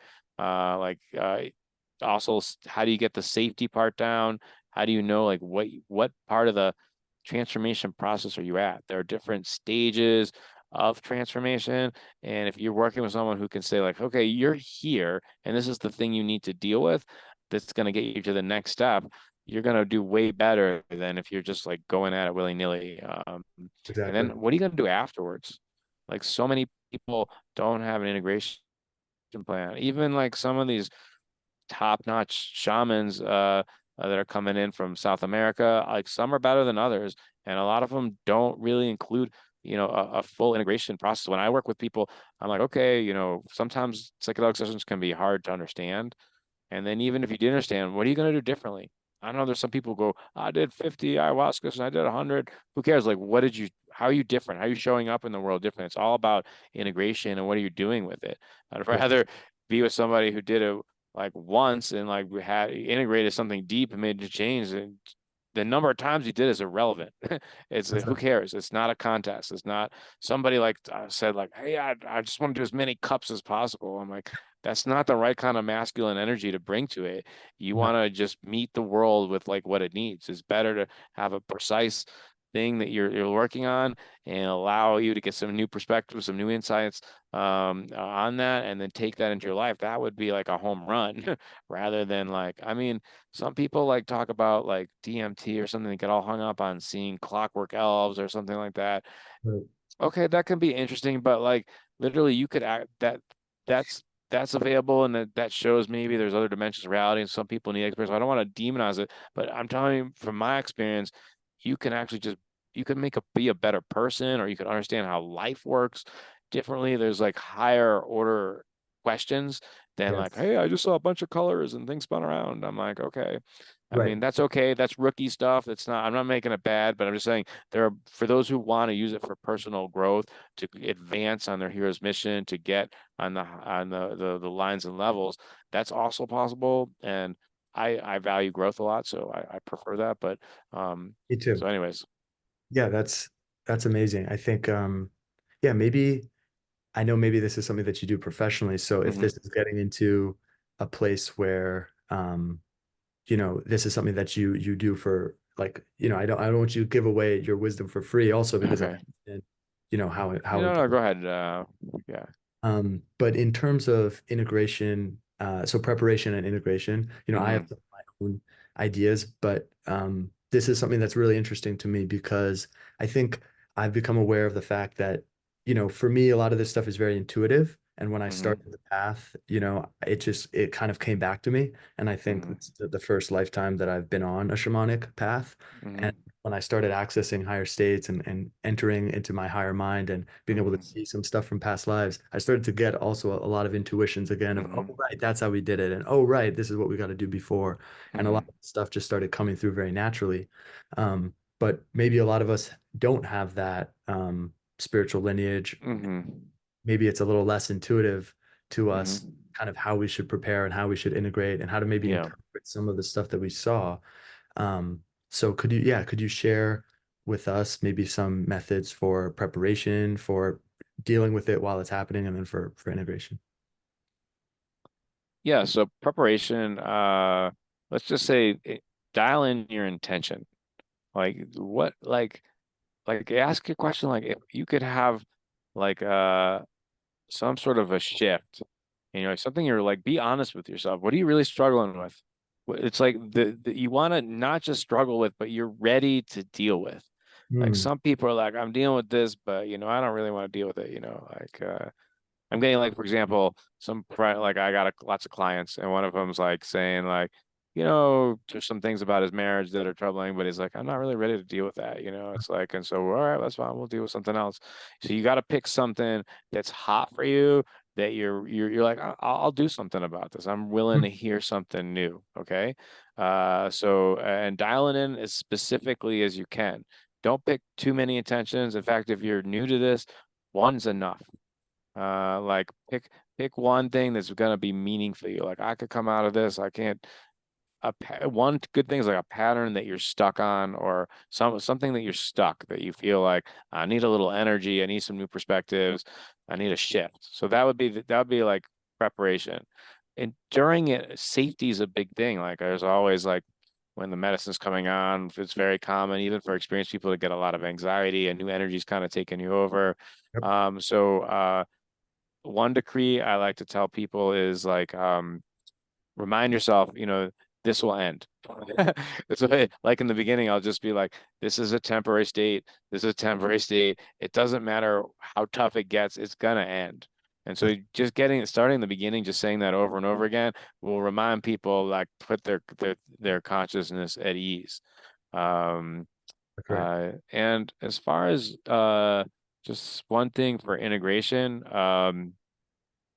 I'd say like have someone who do you trust ahead of time, like that you're gonna talk to. Like if you're new to it, I wouldn't do it alone. You know, I mean, so I would look for someone who's gonna give you at least one integration session, or if you have like you could like if you have a therapist who's comfortable talking about those things or something, or a coach, you know, meditation teacher, or a good friend who's actually good at this. You know, it's good to have it, and then like ask yourself, what did I learn? Like, it's good to get another perspective on it. It's even just good to have someone to talk about. Like, you might have some people who like are, you know, like psychedelics. What are you crazy? You know, like, so you want to have at least one person who's gonna listen to you, because you're gonna want to retell the story. It's part of the integration, and then get some new perspectives on it, and then ask yourself, what did I learn? You know, what am I gonna do differently based on what happened? Sometimes it just automatically shifts, but other times, like if it's a new habit, how am I gonna like hold myself accountable to it? And the last thing I'm just saying is compassion. Sometimes if it's a big thing, like sometimes people expect too much. Like if it's something like that example I talked about with the feelings things, that was a big one, by the way. Like it's not gonna be like that. Like that's a pretty crazy one. You know, that kind of the story where I was out in the rain and stuff like that. That's a pretty intense experience. So I don't want to scare people, think it's because it can be a lot simpler than that. But I wanted to give people also on the high end about like what's possible. And I've had even crazier things. But like my point is that like be gentle with the process, even though like I had a huge breakthrough that night. Did I all of a sudden start feeling all my feelings? No, but it started to grease the wheel where it started to get easier. And I started, most people, not most people, all people have a lot of suppressed feelings and they've made a lot of feelings wrong. And Yeah. so it's a process. And when we fall in love with this it's just a next stage that the species is going to go through. And those of you who go first, you know, it can be really fun. It's almost, I think almost everybody, most people who go through this in the beginning feel like, okay, I have a responsibility to tell my story and help other people too. So it's still early. It's kind of like cryptocurrency or something. Like people think it's been around for a while. It's still brand new. People aren't using it that well. Even the psychedelics were you zoom out, we still don't, we haven't mastered this at all. Spirit gave it to us for a reason. It's early days, maybe. And if the way up here, my personally, like we're maybe like 5 or 10% into something, a movement that's just begun. Yeah. Um, so yeah, just kind of put us where we are for time and space. Yeah. That was really great. Um, Cool. really helpful. Yeah. Uh, yeah, I think like you said, becoming aware of the pattern or the thing that you became aware of, and then keeping it in consciousness because it's easy. I think one of the powerful things about psychedelics, as opposed to just talk therapy or some other forms of therapy, Hmm. is really the emotions that get tied to the experience. And you have, a really intense emotional experience of seeing this thing, or maybe it's an intense Hmm. experience of fear or an intense experience of joy, but it allows you to kind of anchor that learning or that memory kind of somatically. Hmm. It's easier to retrieve it. But we still have to, I think, make space for it in the conscious mind and actually, make a time to think about it, say, okay, I noticed this pattern, but how am I actually integrating it into my life? Yeah. How am I moving through the world differently now that I know this? Have I Hmm. noticed it flaring up? Starting to develop a relationship with it. Yeah. The psychedelics, I think, are like the first date, or they're kind of like this flash of insight. It's like you're in a maze, you're in a dark room, and then suddenly the lights come on, and you're like, holy shit, there's all this stuff here that's been like impeding my path. I didn't even notice it was here. And then the lights go off again, you know? Hmm. And okay, there's bumps on the ground, or there's this log in your way, but you still actually have to develop a relationship with it and start to feel it and touch it and become Yes. aware of it, even if the lights are off again. Yeah. Yeah. Well said. Yeah. Yeah. And I think, yeah, and just getting these new relationships to these parts. It's part of what Ken Wilber, I learned this model. We're talking about metaphysics, fusion, differentiation, integration. So this relates to the psychedelic experience because a lot of times we're fused to things that we don't see. So one last tip is like once you get the intention, you might have some ideas on how it'll go. It'll never go how you think it's going to go. It's like surrender the process. And so this is where psychedelic suppression can do to get you to this next phase of differentiation. It's going to defuse you from a certain fixed way of looking at things and give you some new ideas. But then it doesn't totally finish until you do this last stage, the integration phase, which is what's this new relationship with this part of you or this new situation or whatever, that you actually bring it into a new way. And some things you can do right away, and some things take multiple hits. I'm getting like a strong, like some core wounds. There's something called a core wound and a core story. Um, you're gonna need like you sometimes you got to examine it from a lot of different perspectives because there's a lot going on there, and there's a lot of things that couldn't be digested, Right. and it can't be taken in all at once. I invite people rather the biggest thing that I hear is like as a worry. They're like, oh, like they some people think they did it once and then they're like done. Okay, I'm like, okay, well, you had an experience and awake. I'm awake now. I did this thing or I had this insight. I'm like, awakening just means you're more aware of something. Okay, what were you more aware of? Well, there's plenty other things to be more aware of. Congratulations. We actually want to reward that awakening or that insight, that knowing consciousness, and like humble. Okay, like there's a lot of other things to do. So I really want to sell this like when you fall in love with it as a game, as a fun little thing that Yeah. just the humans can do, this growth thing where we get better and better people. And what if I'd love to see this get out there. I heard this from another healer, but like kind of like humble brags. Like what if instead of like complaining about shit or comparing ourselves to other people, like who cares? We all get into like, hey, what are you working on? Oh, I want to hear your humble brags. I want to hear, like, and just like what progress you making. We start supporting each other. Yeah, or even when you're stuck, sometimes the diamond approach is another has Mhm. this tool. It's another lineage path that it's not one of my primary ones, but I've been exposed to some of the means. They have a cool technique where somebody like has got a problem and they have this thing is like you just talk about your problem and you keep talking in front of someone else or a group of people until you solve your own problem. And it actually works a lot of times. So That's sometimes as you keep talking about it, it's this ability to get it almost you're fused to the idea. This is like circumambulating in your head, and then as you talk it into existence, you can start to see it in a new way with new perspectives, and you get to be like, oh yeah, well, I see what I'm doing. A lot of times we're sabotaging ourselves. yeah. I think I'm really excited about this idea, and I'm interested to keep going on it too. Mm, Maybe in future conversations and even offline, but yeah. you know, our social media is kind of from it's really red to orange, maybe a little bit Hmm. of green, maybe some of the unhealthy versions of green. You can have some Okay. healthy Do things, your but audiences know what those colors mean? I wasn't sure. oh, it's yeah, they're learning, but Yeah. I'll give a thing. It's our social media is primarily focused on the accumulation of esteem, Mm, the accumulation of membership into a collective that thinks you're cool, right? It's like showing like mm, I'm belong, I'm like everyone else, I'm cool. yep. That's kind of the first tier that I mentioned, what it's called blue or amber, amber in the integral system. Then there's the orange level, which it's called that in both spiral dynamics and integral, which is about success, achievement, accomplishment, Mm, progress, right? Improvement. And people will post, yo, I just got this new job, or oh, look how dope my life is. I'm really balling. I'm succeeding. mm, Look at my car, look at my this. yep. Um, there's a higher level as well, which is green or pluralism, what we, usually reference as kind of the postmodern stage. And this is where people would be, probably sharing beautiful photos of nature that they're Mm, going on, or highlighting activism or highlighting community organizations they want people to donate to, or sharing their actual genuine emotions. That would be amazing, but it's hard for people to do that. Some of the people that have done that become influencers and become very mm, popular because they're more authentic. yep. Uh, but it's very rare uh, to see like integral perspectives on social media because it's hard to hold space for that.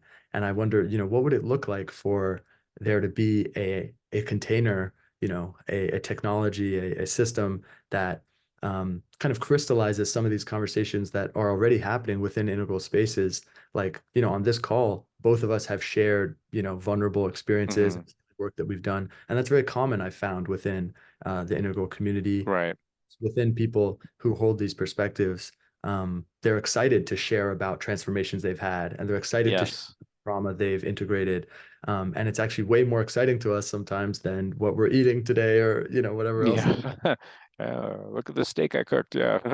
And it's like that's awesome, that's great. Yeah, And that's awesome too. Yeah, but yeah, that's some but it's more what else depth, is I guess, sometimes. yeah. Yeah, so what would it look like to start to create a container that could hold that, could kind of gamify that? Because it is intense, right? It isn't, I think the reason why so many of us are okay with the steak people cook tonight is because, we come on Instagram or TikTok or whatever after a long day and we're Yeah. tired. We just want to see something that's kind of easy to look at that doesn't imply, Yeah. That's you know, true. this conversation. It's like taking so much bandwidth, or Yeah, that's true. so yeah, Yeah, you want me to take a stab at that? yeah, Okay. please. All right, well, that's a great question. So I have this vision, and I'd be curious to your feedback on it, of an app that uses AI that like asks a lot of people a lot of questions, like so it would archetype them. Like it was so then you'd know them a little better. They would get to know themselves. But then it would say like, well, what's going on with you right now? What are you looking to do? And then it would help them figure out what stage of the transformation process they're at, and then like what energies they would need to like get to the next step. Because really, you could, a lot of people want to get way out there. I want to save the world. Well, that's good. It's good to have a target, but then after you do that, then it's good to just focus on what's next, the baby steps, the thing, what's right in front of you. And so the app then could spit out like instructions on doing it. And then I bring that up because the social media component could be like this like where people are talking about like what they're doing, like, hey, what are you working on? What kind of guided meditations? Which of the, so maybe the app would say like, hey, here are four things. You prefer meditation, you prefer something physical, do you want to be in a dialogue? And maybe even if it had like references to like places or people you could talk to who need more than just the app. Yeah. They're looking for a really high quality shaman. But the social container would support that. So you'd have people who are lubed, like not just integral thinking, but integral being. So like there's integral, like, is a bunch of distinctions about metaphysics, and it's heady. And I like to geek on it, and there are other people who like to geek on it, and other people, not so much. And then it's just like I don't have enough bandwidth, it doesn't interest them. However, I will tell you this with my clients, I just bring it up when I feel like I have the right client who's I know it's going to help them get to their next step. So sometimes, for example, if I want to help somebody with some compassion, I help them bring what Ken Wilber calls the four quadrants. Now, the four quadrants break reality into these four areas. It says that, one part of reality is this, in our psychology, in our mind. Another part is our body and our behavior. Another part is culture, like the norms that we use when we're with a group of people. And another part is like systems, anything from like astrology, the galaxy, to the government systems, to your plumbing or whatever. There's different systems, and Environment, the the built environment. environment. Exactly. So a lot of people tend to over focus on one of the areas that they call like quadrant reductionism. And so I help them say like, also I bring in time, like what's going on in time wise. And I say like, hey, I know you got a story and you're stuck on the story, but if you look at it from this wider lens with more variables, you might be able to get off that story and see it from a more holistic, compassionate perspective, because we think, we're a victim or we're doing it wrong, but it turns out the exact context that we're in were led us to doing the certain choices or the other people, and it really was never going to be another way. Like some people be like, well, I could have done it this way. I'm like, no, you couldn't have, because Right. if you You could have, you did. would have done it. You know what I mean? Right. Like you weren't Exactly. in that mind frame or whatever, or have that level develop in the moment. You want to go back and spend a lot of time judging that. Is that a good use of your energy? You know what I mean? And so even little shifts like that, they add up, because a lot of people are just sitting ruminating in their head, damn, I wish I did this. I'm such an idiot. And they can't get off it because they're not digesting it. And digestion comes when we get the fruits of it, like the lessons. Yeah. Yeah. I really love that. I really, really, really love that. And yeah, it just recently became possible. I mean, even just last night, I was just talking to GPT, the Mm, 4, it hadn't come through for me yet, and it finally came through last night. And I've used GPT before. I'm pretty aware of it. I've used it to help me mm, work, but it just really blew me away. I wasn't really expecting it, but I was just talking to it, and it started asking me questions about the move to LA and what I'm thinking about, and it was a really nice process. Um, mm, and I imagined, whoa, if it had a little bit of understanding on the back end mm. what the stages of development look like, right? Yep. What the lines of intelligence are, if it had a robust archetype Mm, system, if it understood defense mechanisms, if it understood how to do mm. shadow work and cleaning up, you could have in your pocket, a little developmental wizard that could help. Yes. And I used to do consulting work in my past life. Mm-hmm. I used to do design thinking consulting work and product design work. And a lot of that work, you have to understand kind of behavior change, Mm-hmm. um, how users, use products and these sorts of things. And one of the things that we came on again and again and again for behavior change was this idea that you kind of need a peer group that's at your same level, that's Mm-hmm. with the same problems that you're dealing with, and you Yep. can resonate and be like, "Yo, are you feeling this? Yeah, I'm feeling this. It's tough." Or, "Oh, I just had this win. Oh, I'm looking forward to that win." Or, "Oh, I just had that win." Right? Like a Mm-hmm. kind of a horizontal peer group that's like with you at your stage. And Mm-hmm. so having what I call the future you, which is someone who's been through the transformation that you're looking to go through, Mm-hmm. sit there, and this is the traditional role of the shaman, right? In indigenous societies, is someone who was sick, who has healed, who bears Mm-hmm. witness to your process of self-healing. We have that future you who's saying, yeah, I'm of the same archetype. I had the same defense mechanism, like a very specific future you, right? And I've Mm-hmm. overcome that thing, and I'll help bear witness to your process as this collective goes through this process of healing and transformation. Yes. And even hooking that into people further down on the journey where, every person on the network is a future you to someone else. Yes. There's kind of a hierarchy in some sense of development that's socially ingrained. And Yeah. I think in that way, people would feel motivated to share what they went through because there would be a container, which is I'm connected to other people who are going through the same thing. Um, and yeah, let's build this. Let's do Yeah. this. Let's do it. Yes. Yes. 100%. I'm having the same vision, and it's just a matter of giving it some structure and creating a culture around it.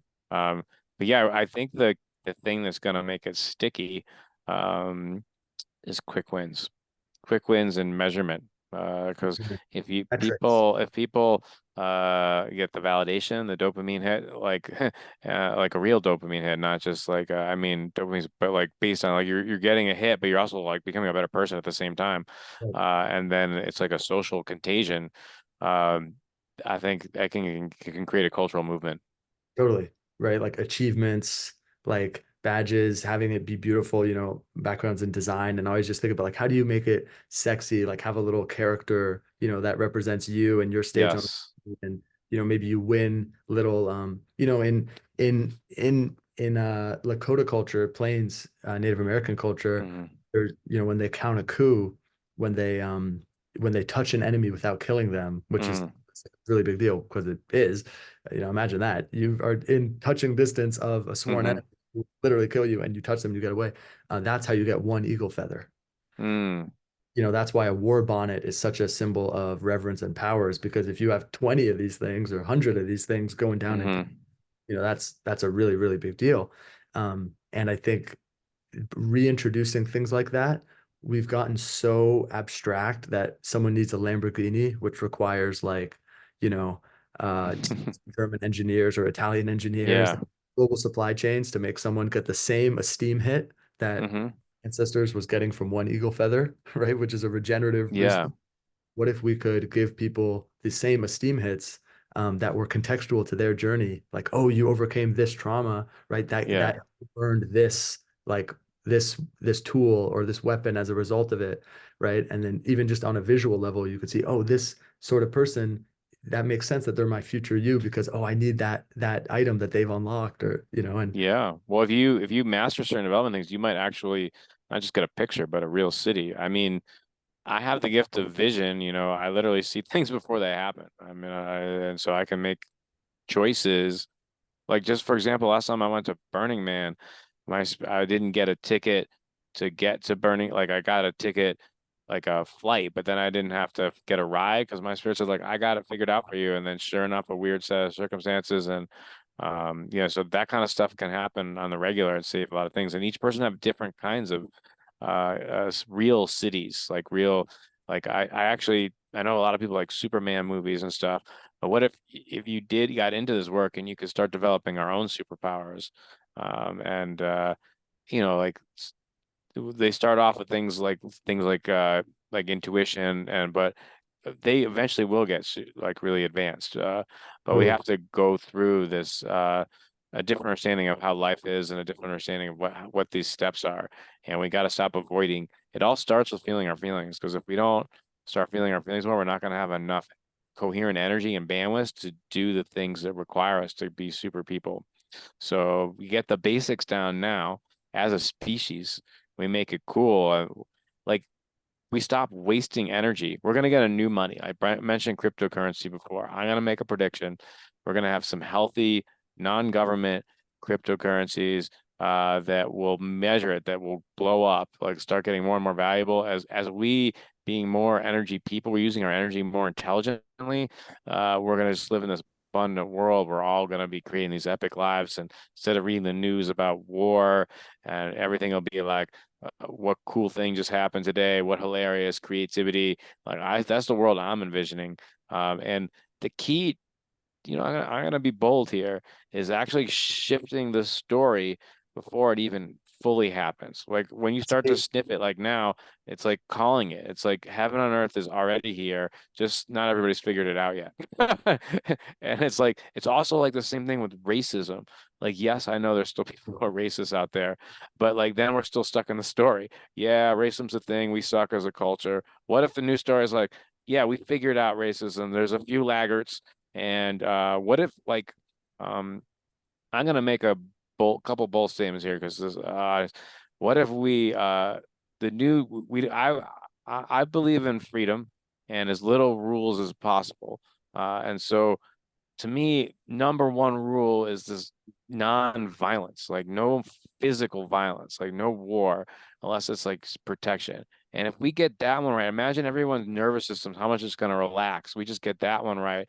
Okay, no one's killing me. There's no sneaky doom Hannibal Lecters out there, because we learn how to deal with that kind of thing. Like that's what I mean. Like talk about high level, we can focus on certain things. And then, God, there's something else I was going to say. Um, the conflict thing that I mentioned before, we kind of focus on that. This is the one I was gonna say. All right. Yeah, this is a little edgy, but I'm gonna say, like, we got to take responsibility for our own energies.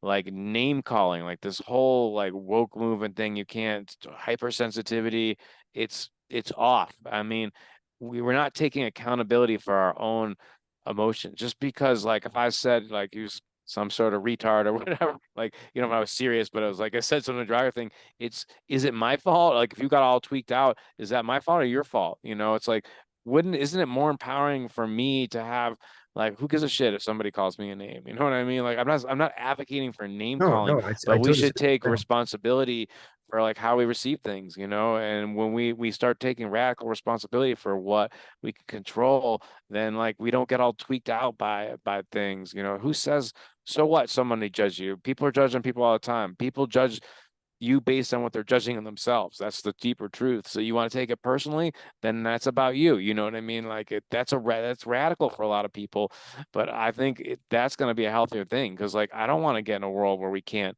make fun of things. I mean, I'm glad that there's a lot of people who are different from me, and some people I think are goofy, or they make goofy choices. They probably think I'm goofy.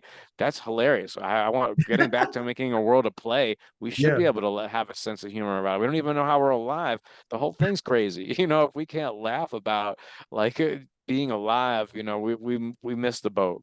we missed the Uh, fucking plot if we yeah. can't, right? If we can't laugh about it, and in service of trying to make people happy, we're making everyone scared, right? Yes. In service of making everyone feel safe, or making a few people feel safe, we're making everyone feel scared, right? Yes. Um, I think we're missing something, um, and I think we really need to train people, right? We need to Mhm. train people, because it's one thing to say, hey, you should get your energies in order. You should be able to just deal with whatever comes at you. Yeah. And it's another thing to say, okay, we've given you the tools to do this. Let's employ them now, right? Yes. Um, That's my sole mission, is collaborate with other people who help make the esoteric. Everyone can get the cool tools. The internet's out there, AI is here, robots are coming. right. Guys, like, you can't take out these low levels jobs. They're gonna disappear.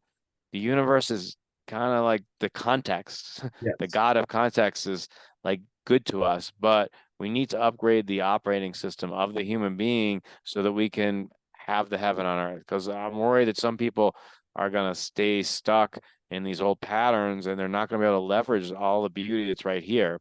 Right. And I don't know. I just want to make it easier for people and have a compassionate narrative. And also, maybe what you just said was pretty brilliant too, which is what if we have a new decentralized world where we agree on this peace thing? We work to talk about problems, but you want to have certain other rules in your community and you want to aggregate and have like things. I don't care, as long as you're not killing other people, you're generally good Great. people, not stealing, we got some general things. I don't care what weird stories you got about life. If you want to Right. have a community, everyone thinks they're from Palladians. I don't care. I have no idea. That could be true, but you know what I mean? Like, Right. let's embrace our weirdness as long as it's nonviolent and we work through conflict on the few things we do have to agree on. And then that's it. That's those few ingredients. And we can actually have heaven on earth where even people have different views. It's like we're like having these huge elections and ever trying to snowball everything into like everyone's got to think the Two-party same system. way. It's like, who cares? Yeah. And a few things are coming through. I'm just so energized right now, and I just love this. And it's great to be here with you, man. Yeah, likewise. Conversations. It feels like a dream come true for me. And two things that came up.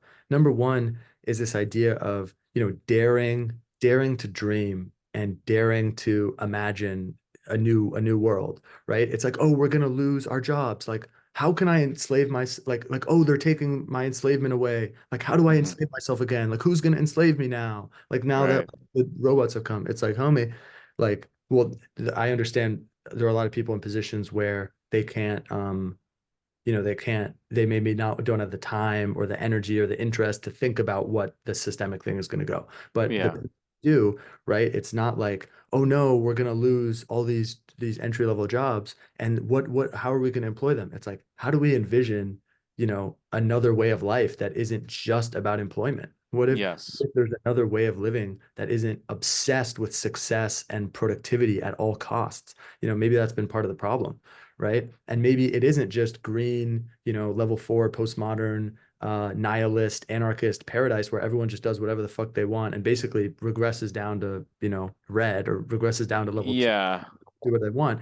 What if we actually, stepped up into something new, which is, I love this idea you said of decentralization. Hmm. How do we come to a minimum viable metaphysics? How do we create a minimum? I think that's what I'm trying to create Yeah. is in many ways. It's a minimum viable metaphysics, right? If you want to be from the Palladians, if you want to be obsessed with, if we have the goth girls and we have all these different subcultures, great. We can have Right. all those subcultures, but we all need to at least be running the same like survival level protocols, right? Yeah. I can do my hair however I want. I can paint my nails however I want. But like all humans have the same skeleton, right? We all have Hmm. the major organs. It's just what Yep. we that's unique. And so it's like, what are the skeleton and the organs of the new collective? Right? What are these like kind of new tribal laws that can keep the federation of Yeah, I agree. Yeah. tribes together? Well, I Um, mean, I think I would be focused. I'm getting the nonviolence thing's a big deal. Like the non just and what underpins it. It's easy to say nonviolence. I'm getting it's going back to what we said in the beginning, which is like we gotta feel our feelings and realize because all unprocessed trauma, people like it's just the truth. Like a child rapist was almost definitely raped, and they like their psyche needs to like understand it, and then they like embody it and like because there's some trying to figure it's so out of control. Like it's a lot of it's psychology. That's why I call it like a psycho spiritual reality. And I mean, I call myself a psycho spiritual stacker because if when we combine the right tools and distinctions, we really can solve these problems we couldn't solve before quickly. So I mean, if there's another new narrative that I needs to get out there is like, no, these are different times. Like some people come at me like, hey, we would have done this before. I'm like, no, this is different. Internet's out there. The esoteric practices are out there. We're innovating in every corner. I know a lot about cool stuff, but I also know there's a zillions of things I don't know about. I'm always learning about more cool things to get together. So the heart-centered, conscious entrepreneurs. I'm calling it in. Like you want to, what I think is going to happen. that's the This is the spell. vision I'm That's the getting. spell. That's It the spell. it the spell, yeah. We're gonna get together. We're gonna create an industry that just makes it cool to grow and develop because you're gonna get the good life. What you want, as long as it's peaceful and not violent. When people do their inner work, they're not gonna want to be violent. And if it becomes cool to learn how to have good social skills and conflict resolution, like what if that is like shunned a little bit? What if like, come on, dude, like stop taking things so personally, do your shadow work. Like what if that became like a cultural norm? Maybe that's okay, like, or like, all right, dude, stop calling me a racist thing. Like, I feel sorry for you. You must hate yourself so much that you're calling other people a name. We're past that. Like, Mhm. that would be a good place for us to be, where the leaders and the movers are kind of taking this thing as like, let's be the new story, and then we have to, in order to make that reality thing. I think these new industry has the scaffolding for the people. It has to get to everyone. But in order to do that, just like a really good intentional and community, you got to have the core people really get it. Because if Yeah. you get some troublemakers or people way off, that could screw up the whole thing. So a really strong core in the beginning, and then start building it out and start upgrade gravitating other people who are at the next level, and then develop them, and then it just spreads. There can be like a tipping point where the energetics just explodes. It just, there's enough people doing it, and it's enough people saying this is cool, and it's easy for other people to get it. I don't know how quickly it's going to take, but something said inside me is the field's building. Uh, It is. but I don't. Some people say it's going to take like 100 years to have peace on Earth. Some my spirit saying it's probably more like three. I don't know. Like I don't think it's going to be that crazy, and then it gets better from there. Mhm.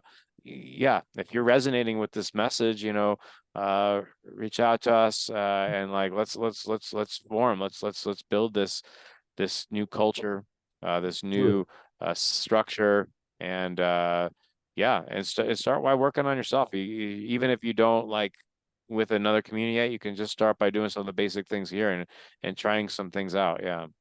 I feel this so much, and I feel like this is the way I kind of see it is we need a architecture to grow people up to the height which they can ride. Mm-hmm. Then we can, or like we need to get people ready to play. It's almost Mm-hmm. like I was in this improv class at Stanford, and you do, it's like 8 weeks of Yep. I love training. improv. Oh, Yeah. how do you pantomime? How do you, Uh, and they're building affinity between the people, and they're building comfort. mm-hmm. And on, the second to last class, it's like a 4 hour class, and Mm-hmm. they tell you to come. They say it's called the vigil, and um, everyone comes to the class, and they line everyone up outside the door, Mm-hmm. and one by one they send you into the stage. Mm-hmm. The person tells you, they only tell you three rules. They say, no talking of any kind, no verbal talking, always be moving, like you can never stop moving, and Mm-hmm. be kind to one another. Mm-hmm. And they send you in. And this is one of the early, I was maybe 19 when this happened. This was one Mm-hmm. of the early, or maybe 18. This is one of the early, like real state change group, like we space field experiences that I had Nice. before I even knew what that was, because the whole group, by like 30 minutes in, was in this field of resonance. And because everyone's Mm-hmm. constantly moving, and everyone was skilled enough and open enough in the improv tactics to like allow the field to come Mm-hmm. through them and allow the flow to come through them. Uh, Mm-hmm. and because there was this kind of grounding of kindness, like these amazing dynamics, almost like a school of fish, were like, Mm-hmm. and there were prophets that would emerge and lead people, then they would die, they would get resurrected, Mm-hmm. people would get married, like people would start families and they would disperse. Like every part of human Mm-hmm. life was kind of just emerging naturally, crystallizing out of the field. It was so beautiful. I'm aware of the fact that that was able to happen because of the 7 weeks of training. And I feel like the same thing is true for what's coming for New Earth. It's like Mm-hmm. create a pipeline to take people from the place that we're at right now, which is, traumatized, repressed, Mm-hmm. in a fear-based consciousness, scarcity-based consciousness, self-sabotaging, projecting Yes. others, these sorts of places that we're at, contracted, low vibrational place. How do we create, like like in Dr. Seuss, they have that like machine that takes in the thing and they come out the Oh other. yeah. How do we put someone in a superhighway from, orange, right? From the achiever Mm-hmm. mindset of the dominant mindset in our world today, which is, very technologically kind of reductionistic, Mm-hmm. scientific reductionistic, achievement reductionistic. How do we take someone and take them through the the shedding process, the Mm-hmm. disintegration process into green, right? Into postmodernism, into level Mm-hmm. 4, and get them, through the nihilism and the anarchism and the crazy shit that goes on in that space, and help them continue on into integral. And then when we're at integral, then we come together, right? And there was already people there Mm-hmm. playing, right? And we create a container for those people to play. And once these people are ready to play, how do we bring them into the container and say, okay, let's play together. Come join us, Mm-hmm. flow with us in this new integral field. And that kind of is the center of the mandala that starts to ripple outward.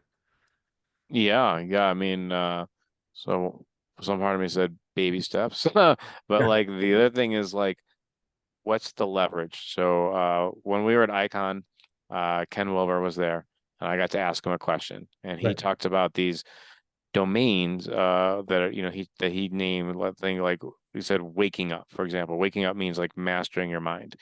That's a big one. Then there's cleaning up, which is going into like your shadows and clean and then there's growing up, which is these different stages, these colors you've been talking about. And what I discovered is this one. I asked my question to him was like, what about energizing up? If we get our energy, uh, not just like having a Red Bull and getting really all souped up, but I call coherent energy. So we align raising our energy, but aligning it with the patterns of you, the individual, and the species. If we all start doing that, I think it's going to speed everything up. So that's kind of like what I would do. And if I had to say the like what patterns do you really want to know? You want to know your own some of your own archetype things so you know you, right? So you're talking about archetypes, really like these 5 personality patterns, Enneagram, the process of change is a big one. Your energies are high energy rich or energy poor. And I'm gonna say um, the waking up and the cleaning up tools kind of go together a lot because the more you master your mind, mastering the mind means operating beyond the defense patterns. It's hard to clean up when you're stuck in a defense pattern because it's blocking you from feeling stuff. So I would energize, get your energy up with your patterns, and then feeding it into like your archetypes and getting it. I don't know if but that's to me is how I would get Love that. speed things up. Yeah, and create Love an industry around that. And then I think people will show up. Showing up just means like being more and more of an epic person. That's so great. I love this idea of energizing up first, right? Getting into a place of abundance, of energy richness, right? And then from that Hmm. place coming down into, okay, how am I going to manifest this? What's my archetype? Yeah. Into your waking up and growing up work, right?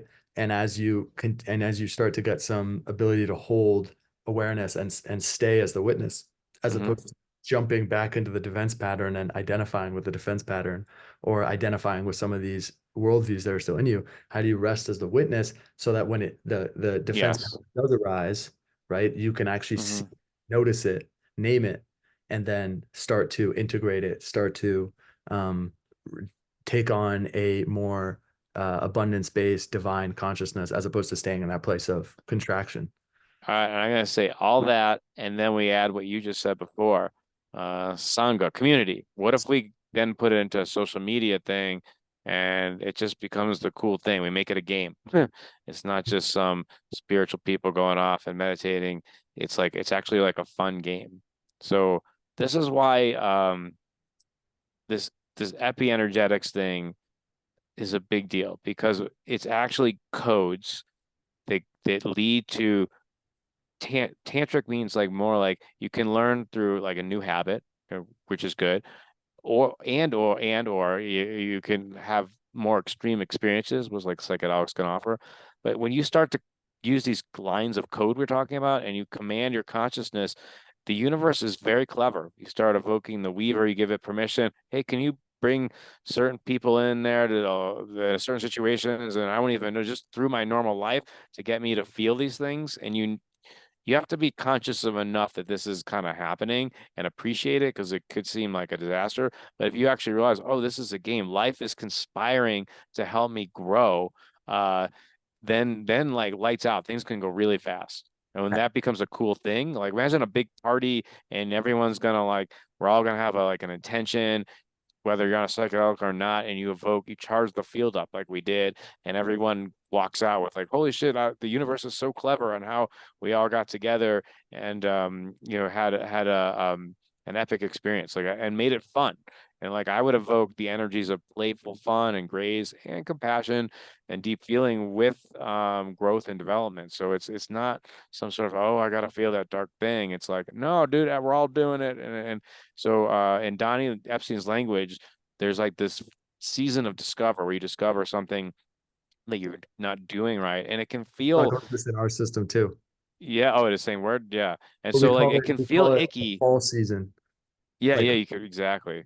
So you can, it can feel icky if that's your relationship to it, but then you could bring what's called awaken energy. So you, with what if you know that doing discovers the shit, like, oh yeah, I learned something new, like I felt something deep, and it was just, you figured out the thing you were scared of is just energy, and that you're this infinite field that can digest it easily. And as long as you're just changing a code from when you were a kid.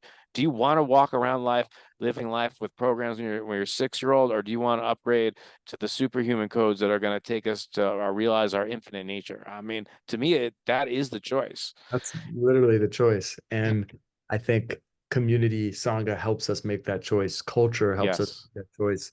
We're swimming in, the field, the cultural field. And it seems so obvious to us in the field that we're swimming in right now between me and you. And it's so Hmm. obvious within some of these communities of transformative practice, within shamanic lineages, et cetera.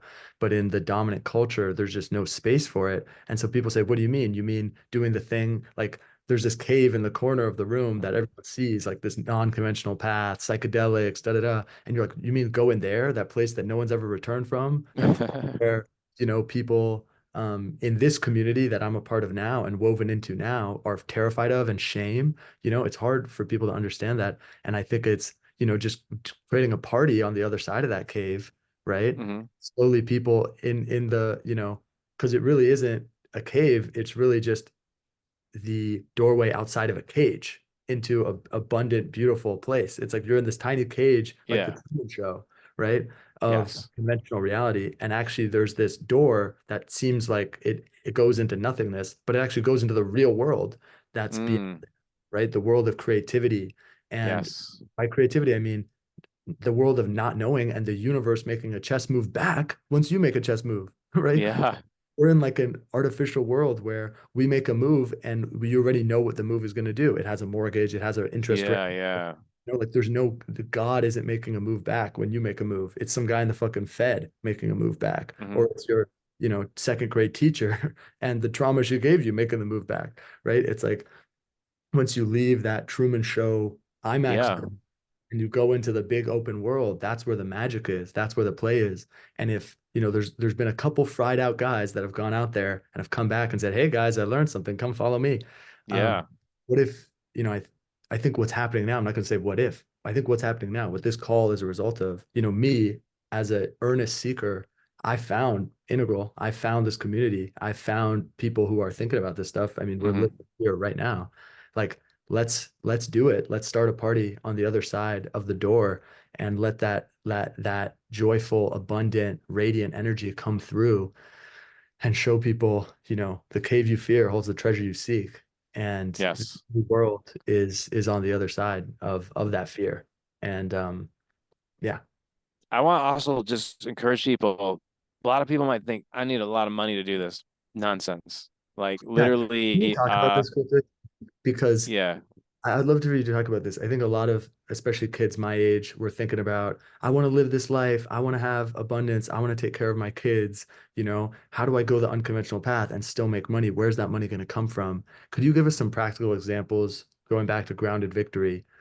How are you making money right now? How did you make money after this transition, if that's something you're open to discussing? Yeah, well, I mean, I never really shared this too much on air, but I'll go for it because I think it's an important story. So when most of my like once I got my MBA. So there was like my 20s where I was scratching by, right? But even like so part of me is like even to share that, like I remember scratching by and but I decided I'm gonna get into this organizational development thing. I actually went to these meetings and they looked at me and they're like, "Hey kid, you got to be at least 40 years old to do organizational development. You're too young." I was like in my mid 20s. But I looked at them now. I was like, bullshit, I can do this. Like, and so, like, the universe will conspire on ways to do that. And I'm getting to share, like, what ended up happening is I ended up going to a meeting with a bunch of older people, and it was a dialogue, so anyone could talk. And I started saying stuff, and they're like, "How does that kid know that stuff?" Like, literally, like, I got a chance to prove it. And then they came up to me and was like, "I don't know what they're teaching you in MBA school or whatever, but can you create a meeting for young people? I want to find out what's going on with the young people." And then we looked at each other and we're like, we're just gonna create our own group because we're kind of getting like a little bad energy, and we're gonna just teach ourselves about this field of change. And literally, we just got together, we figured out a topic, and we want to make all of our meetings fun, so we made them all experiential. Within like 2 years, our group blew up and the other group disappeared. So I'm just saying like that cost me no money. So that's I want to plant these seeds in. Also, like after I got my MBA, I did my money got a lot better, and I had a period of time, a long period of time where I had a good salary and I did save up. I even made some money in crypto. But once I got on the spiritual path, my spirit said, you're going to invest that money in training. I mean, all those trainings I listed in the beginning, they were not, some of them were expensive. Some of them were Yeah, cheap. Not all the spiritual trainings are expensive, but some are cheap. But my story is that like I literally got to a point where the higher energies were like, I'll just get it to the bigger concept. Like, I'm going to teach you faith. I'm going to take away your comfort with your security with the money, and you won't always know where your money's going to come from.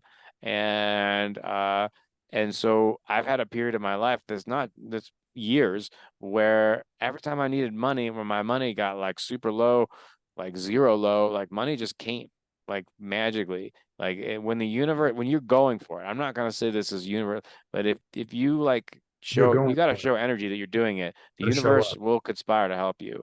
So you don't need, there's a lot of people out there. I mean, I'm not the only person like this who talk about like that they're doing their thing, they're living their dream, and there's a part where the money is not flowing until you get to like a tipping point. I mean, how do I make money now? I have one-on-one clients, I do courses.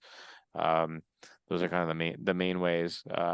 Right. But I'd say my one thing is there's one caveat with that is I didn't really start doing that until had a more powerful relation. At least the first story about the OD thing, that was before I did spiritual work. So that's one example of like I didn't have any spiritual resonance. You can just get creative and the world will conspire to help you. I just having the ambition and going for it means everything. The other thing is a little bit more advanced where I was developed this relationship with this higher part that was guiding me. So I want to differentiate those. Those are two different things. But if you really want to experience the magic, start figuring out what is your passion, like what's your big why. The universe, the bigger you want to have an impact, positive impact on the world, the more energy you're gonna, the more probably guidance you're gonna get. Totally. What's getting in your way and working on it, and actually just take it steps, just be in and flow. It'll just happen. Like and honor the baby steps. Don't get caught up in being there. Sometimes what you think is being there might be just a step to get you to what you're actually doing, which is much bigger. Because that's what happened with me. I thought I was doing one thing, and then it turns out it's much bigger than I could have ever imagined. So, anyways, those are my thoughts on that. Yeah, that's so amazing. And yeah, I think oh well there was something that was coming through. I'm having a hard time wording it. Um yeah, yeah, there's it came and I think oh okay. What I was gonna say was I think there's a part of me that says, and maybe a part of me that's speaking for my audience, you were saying bring in their codes and bring in their consciousness. It's Hmm. saying, okay, this sounds way too easy. This sounds too easy. It sounds too good. It sounds too happy. It sounds too Mm. idealistic. And I want your response to that. But my response to that is, how is it working out for you, Chief? How's it working out for you taking everything so seriously, right? Mm. How's it working out for you trying to think through every problem, right? How's that working out for you right now? Right? Like, uh, if it was the final answer, you would have everything that you want right now. You're not going to one day wake up and think of it better and get to where you want to go.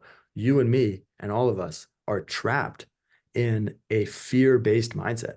And as long as we make decisions out of fear, that's all the fuck we're going to get from the universe. And it takes a little bit of play and a little bit of courage and a little bit of willingness to tap into the energy that in our system, in our lineage, we believe is the energy of today, Mm-hmm. summer solstice, which we identify with the Oh light yeah, mother, that's who is right. the queen in our system of play, the queen of abundance and freshness and feeling light. What if you allowed yourself to feel light now?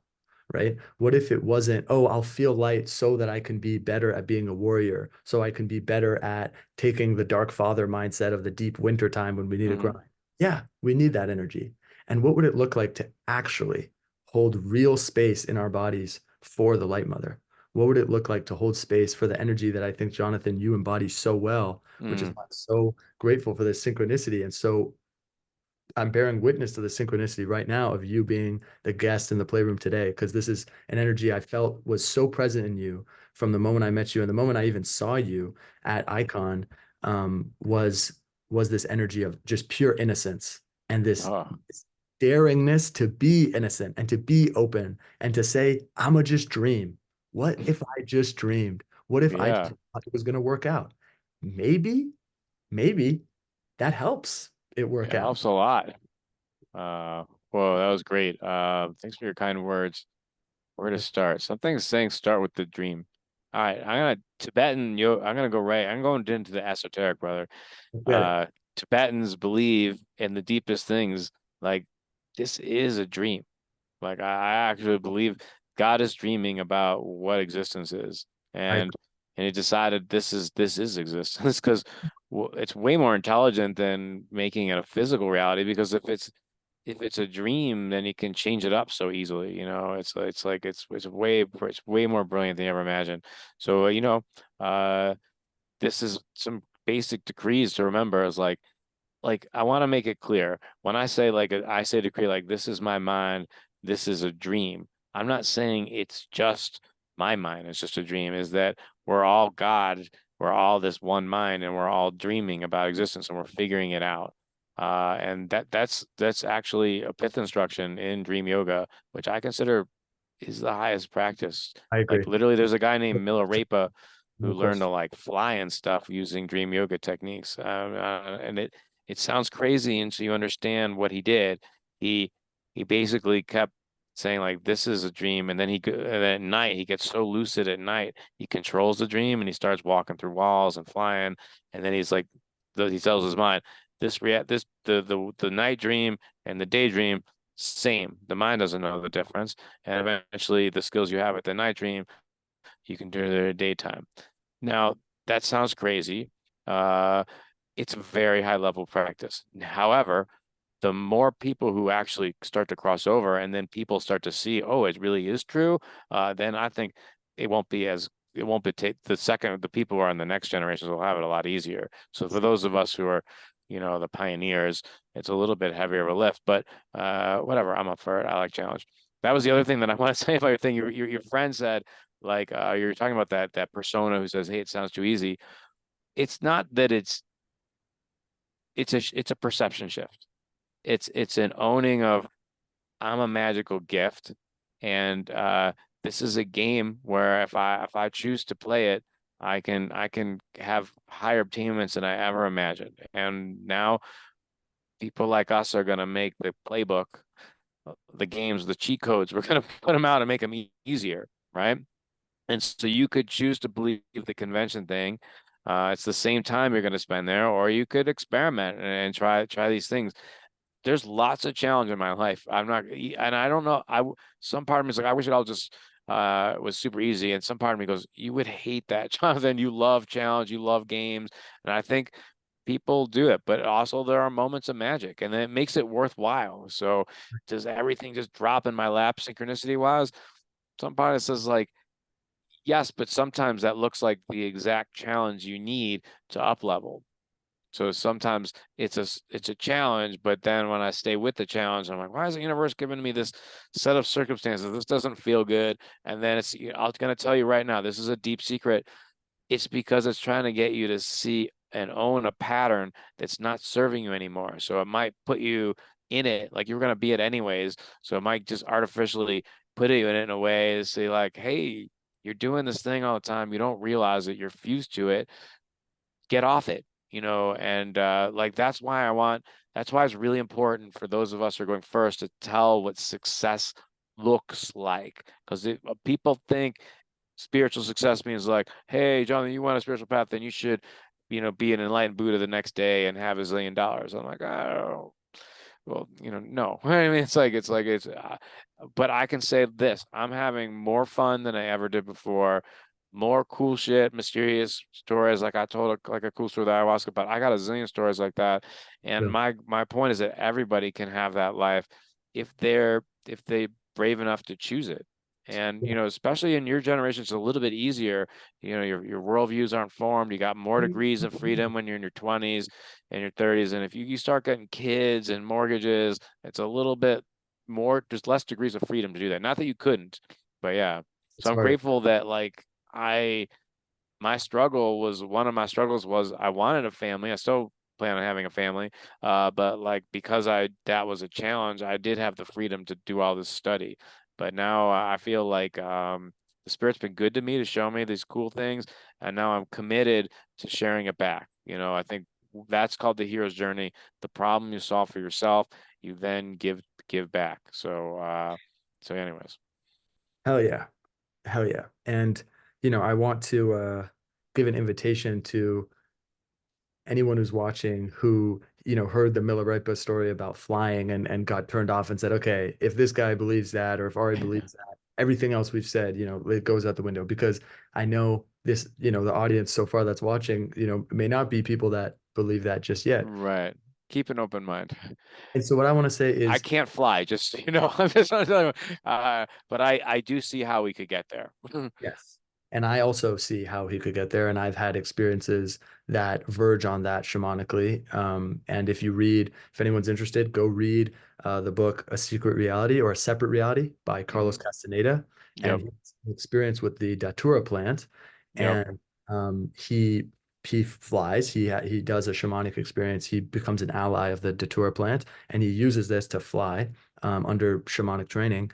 And when he comes back, he's naked in a bush and he runs to his master, his teacher, and he says, Yo, did I really fly? Was I really out of my body? Because I saw the landscape and I saw all this whole area that we're in, and I saw all the geographical features, and I went very, very, very far away.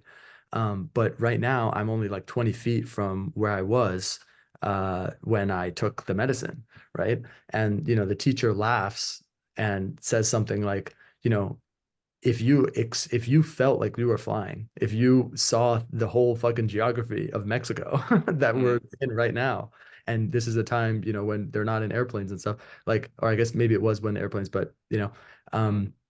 if you saw it, does it matter? Yeah. Like, does it matter that if your consciousness went there and your body's here, does it matter? Like, what is real is maybe a little bit more flexible than what we think in Western rational science. And Yeah. there was a time in human history where we were maybe a little bit more open to this stuff. And maybe because of that, some of this stuff was happening. I mean, there are pretty amazing stories in the I think past. it's happening in the underground. I mean, basically, if you start to have that kind of attainment, the powers to be don't want that out there. It's going to threaten their stranglehold on perception, either the Plato's cave, where they're controlling what minds things. So those people don't want to be known. They could get killed. Like throughout history, like the witches, being thing like even like what happened to Jesus. I mean, he had special powers and wait, his life didn't end too well, for himself, and so but we're getting into a place where I think if we did it as a species, I say that um, I'm planting a seed. Look, I can't do any of those special powers yet. I do have some special things like seeing the future. When I'm with a client, things come to me like I'll be like, ask someone, I'll be like, what the hell happened to you when you were 3 years old? Like, I have no rational reason for knowing it. It's like the first time I met them, and they're like, how did you know that? And or maybe it's like, they say, oh, I think it was when I was 4. I'm like, whatever. I'm just instigating them. Like, you just get these intuitive hits, and I know for sure it's real. And I can tell you, I did not consciously have those abilities before I started meditating. I'm telling you, this unbound energy surfaces new skills. And Totally. my if you do think it was a little wooey, I ask you, there's something called the neutral file. This is about sharp discernment. This is my teacher, Neil Kramer. I got a lot of different teachers, but he's like a Western esoteric guy, and this is a great term. He's like, look, if something comes at you that seems weird, but you don't really know for sure, you can do something. You can put it in the like, I'm not sure yet. I gotta gather more data, and until I believe it. This knee jerk, like it doesn't fit with my worldview, therefore it's wrong. You can do that, but like, what's the harm of just being open? Like, I don't know. Right. You know, what could we know like 1,000 years ago when you're talking about someone says something about AI or robots or airplanes? You know, they think you're crazy, but look where we are now. It's just like we keep growing, emerging, evolving. It's Yeah, part of and I life. would say, if you are a real scientist, you'd give it a shot and you wouldn't Yeah. exclude something that you haven't tested yourself. And I would say there's a whole community of people, myself included, that have opened ourselves to some of these ideas. And I'm not going to sit here and preach to you that I know the mechanism of everything and I understand how everything works. But I will say, when I have opened myself to a more open mindset where I allow magic to happen and I'm looking for ways the universe is helping me and guiding me and I have Hmm. clear intentions and I know why I'm doing what I'm doing and what I'm trying to do and I'm open to that emerging in forms different than I might Hmm. expect, right? There's a difference between wanting an outcome and Hmm. intention, right? And this is important when we're doing manifesting, is the gift that the universe gives you may not look like what you wanted. And I've had experiences, even just at this conference that we were at, Jonathan, where I Hmm. asked for the universe to send me an elder. I asked for Hmm. the universe to send me a guide, someone who would show me the way, someone who would take me under their wing and show me the way. And one of these people appeared, and they looked very different than I thought they would. And I was open to this process, so I let it in. And we ended up having a very negative interaction. And I thought, oh my God, the universe fucked me. I took the bait. I was open to what happened. And I opened myself to this person who I thought was going to be the mentor. And it turns out she's not. And that was kind of this crazy close call. And Hmm. then things continued. And I found myself in a hot tub a few days later, with some other elders. After about an hour or so of listening to them and feeling like they were in touch with some deep wisdom, I was like, you know what? I wonder what they think of this story. And I'm kind of conflicted about how I handled this situation. Hmm. And I don't know if I handled it right. And I would like their opinion. And so I shared my story with them. And what happened is they ended up showing up as the elders that I needed. And that Nice. story was, in that moment, right? And that story served as kind of the admission ticket into that relationship with them, right? That's Nice. showed them, oh, I'm serious about this and I'm thinking about the right questions. And maybe if I hadn't had that experience that I could share with them, we wouldn't have had the connection that we did. And so it's like it's this and I was sitting there in that experience and there were other synchronicities happening. So like right as I was telling the Hmm. story, and it was a story about being too permeable, basically, we all started smelling the smell of a skunk. Hmm. And one of the people in the hot tub was like, what's the shamanic significance of a skunk? And instantly it came to me that, oh, a skunk sets boundaries, Hmm. right? A skunk is unafraid to assert itself to repel that which Hmm. is not for it, right?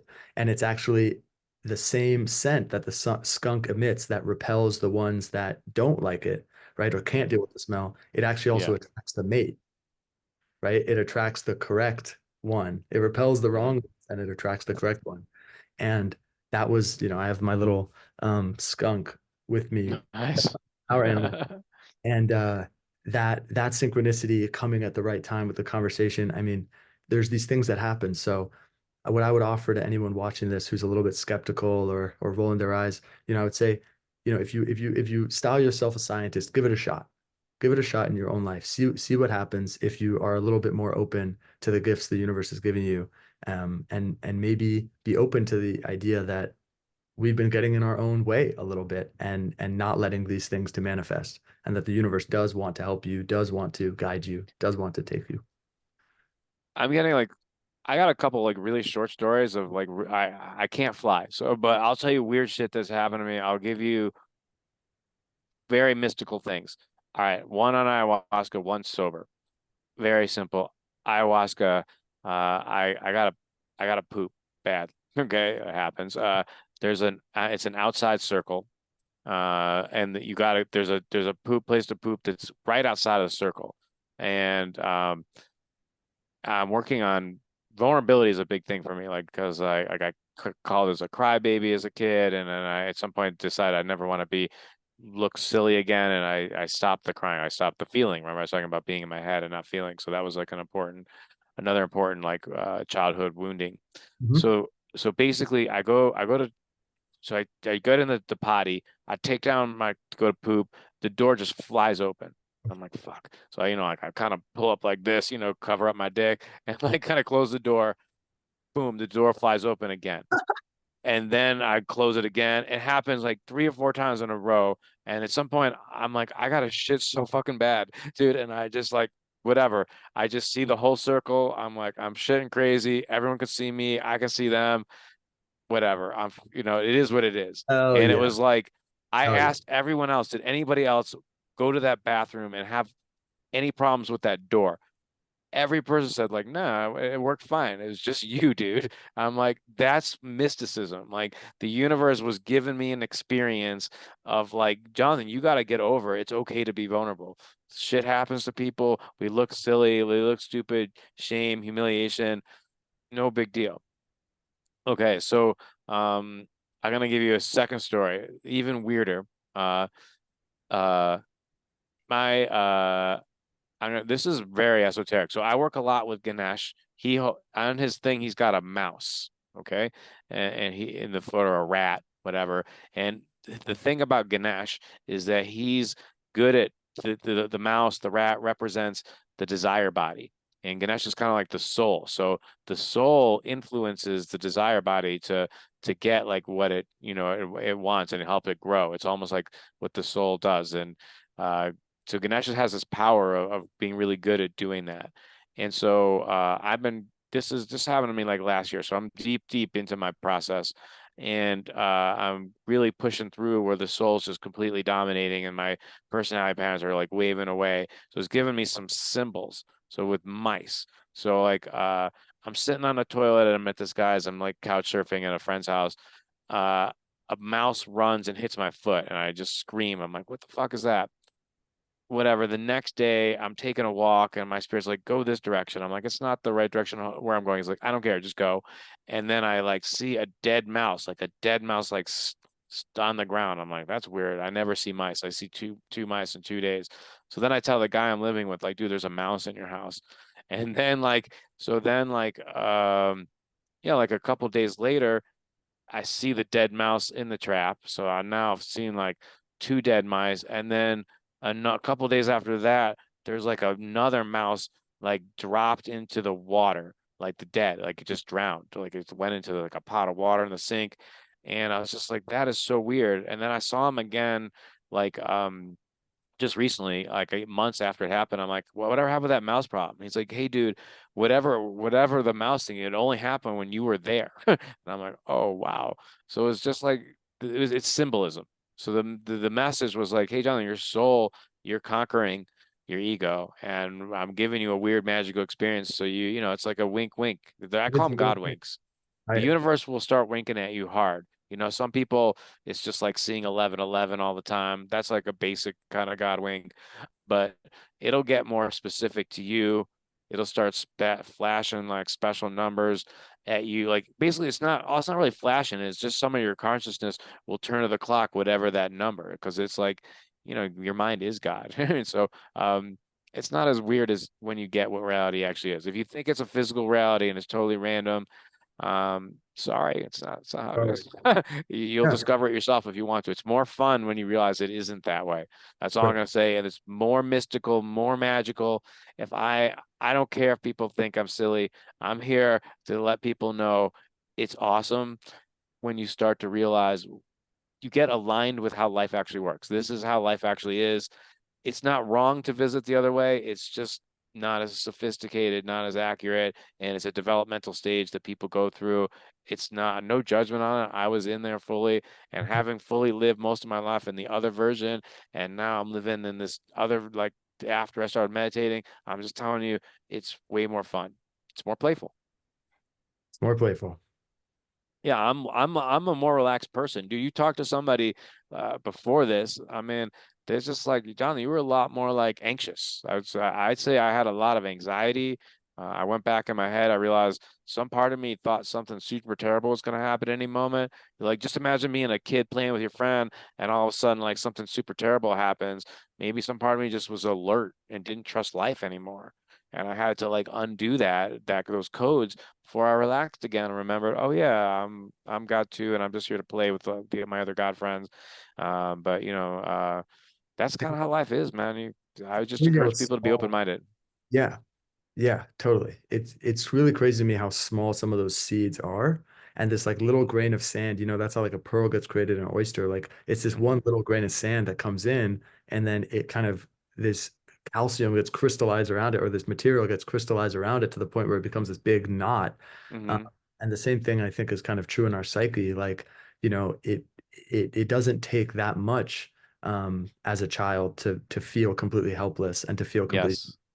And some people have dealt with like really horrible trauma for extended periods of time, for extended years. And Yeah. that's its own thing.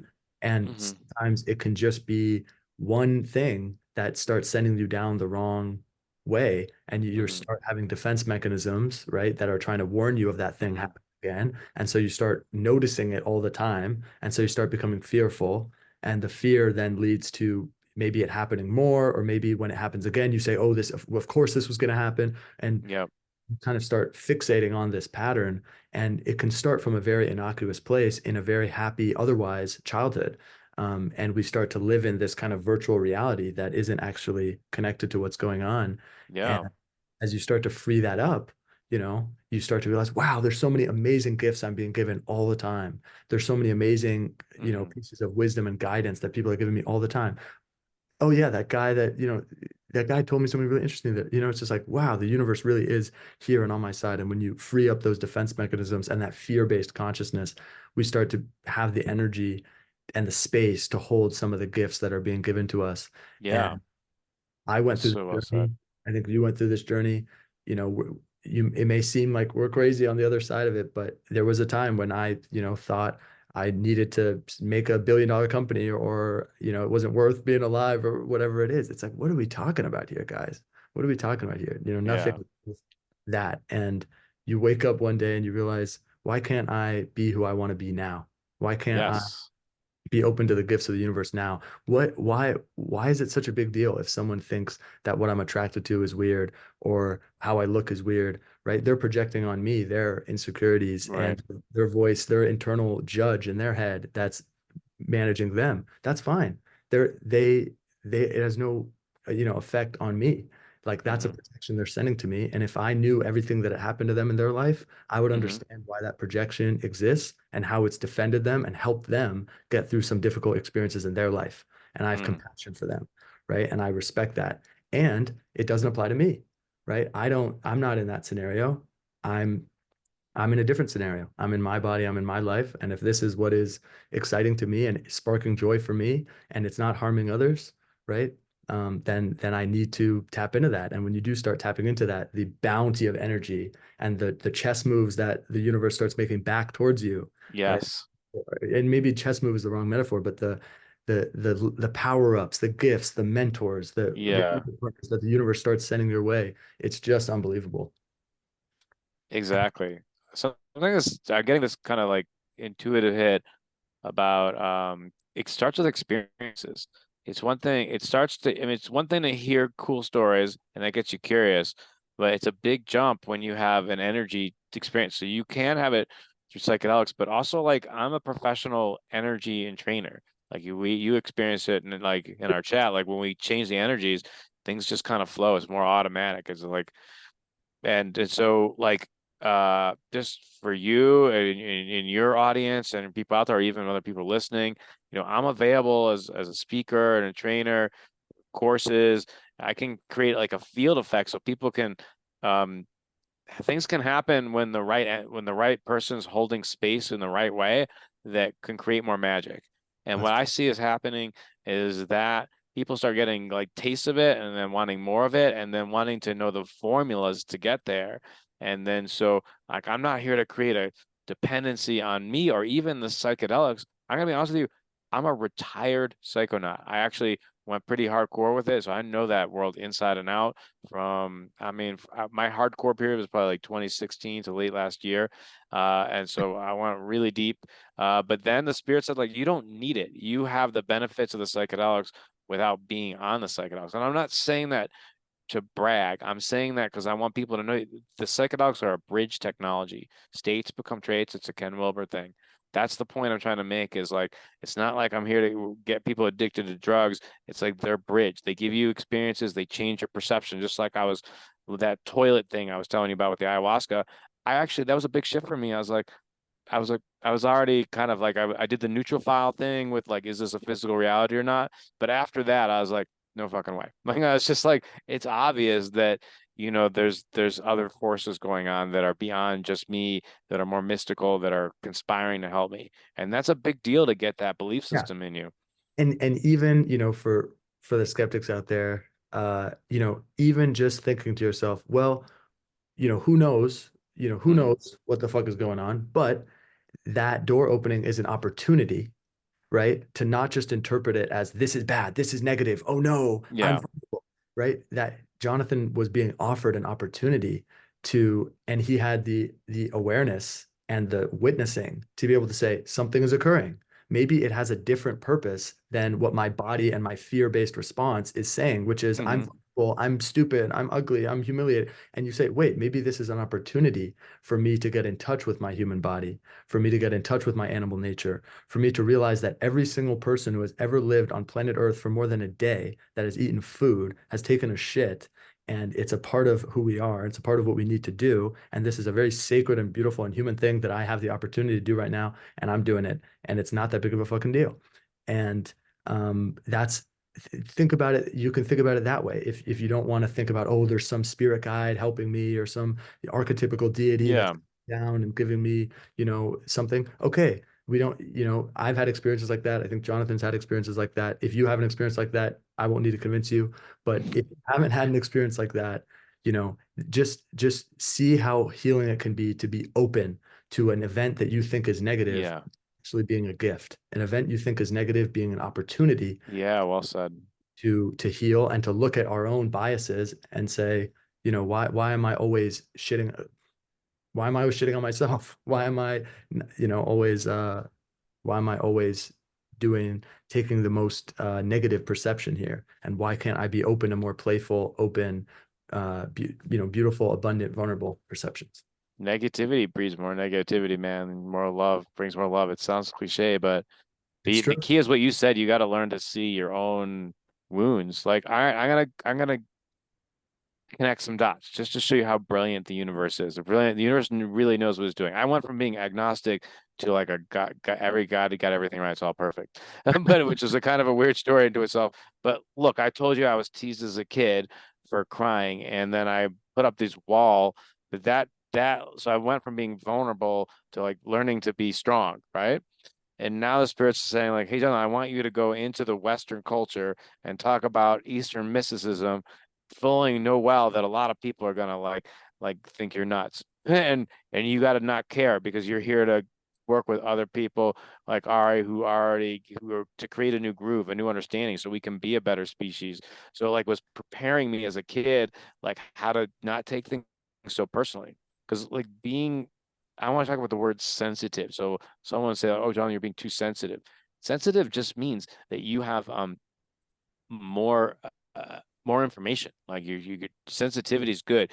What's not great is when you're or suboptimal is when you're overreacting to it. So That's if right. you're a kid who's like taking in a lot of information, and it can get really overwhelming. Like, and so as an adult, you learn to be take that information in and get some critical separation with the meditation, where you like start being the observer, like you're talking about the witness, and you're not you get a new relationship with this sensitive, this information bandwidth, and then you can do more with it. So if you're like a sensitive person and you thought that was bad, I got tools.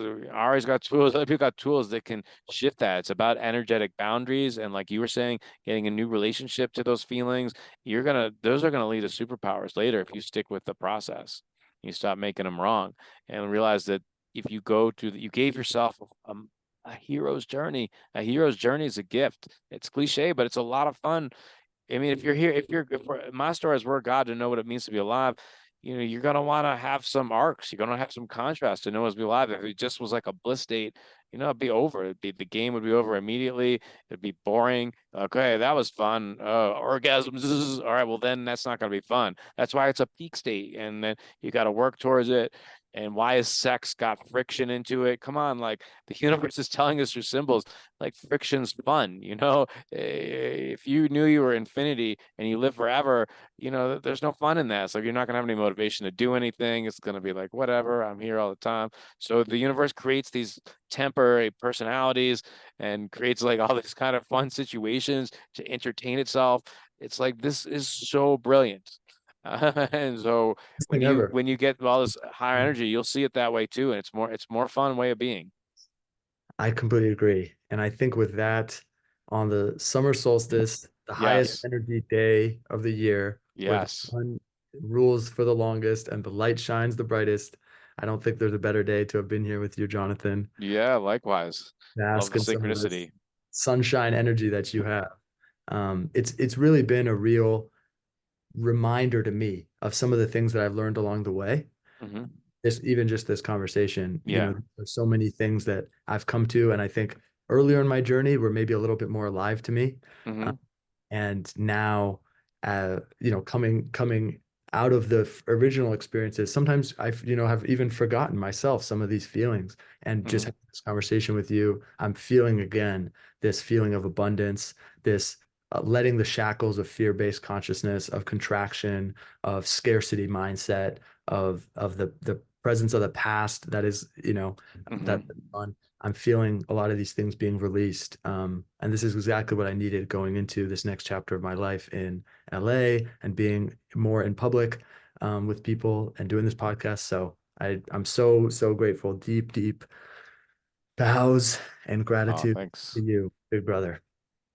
Nice. Okay, like I said, well, first off, I just want to say thank you. It's been super fun. This conversation is super close. If you ever want me on again, be up for it. If people want to follow my work, I have a website, www.mozenter, Mozenter.com. I have a course that's called Rapid Transformation. It teaches all these distinctions. You get a couple one-on-one sessions. I'd be Mhm. happy to send it to you if you want to put it in the show notes. Please do. And YouTube.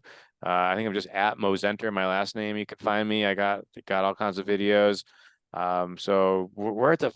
I just want to leave on a really optimistic note, if more possible.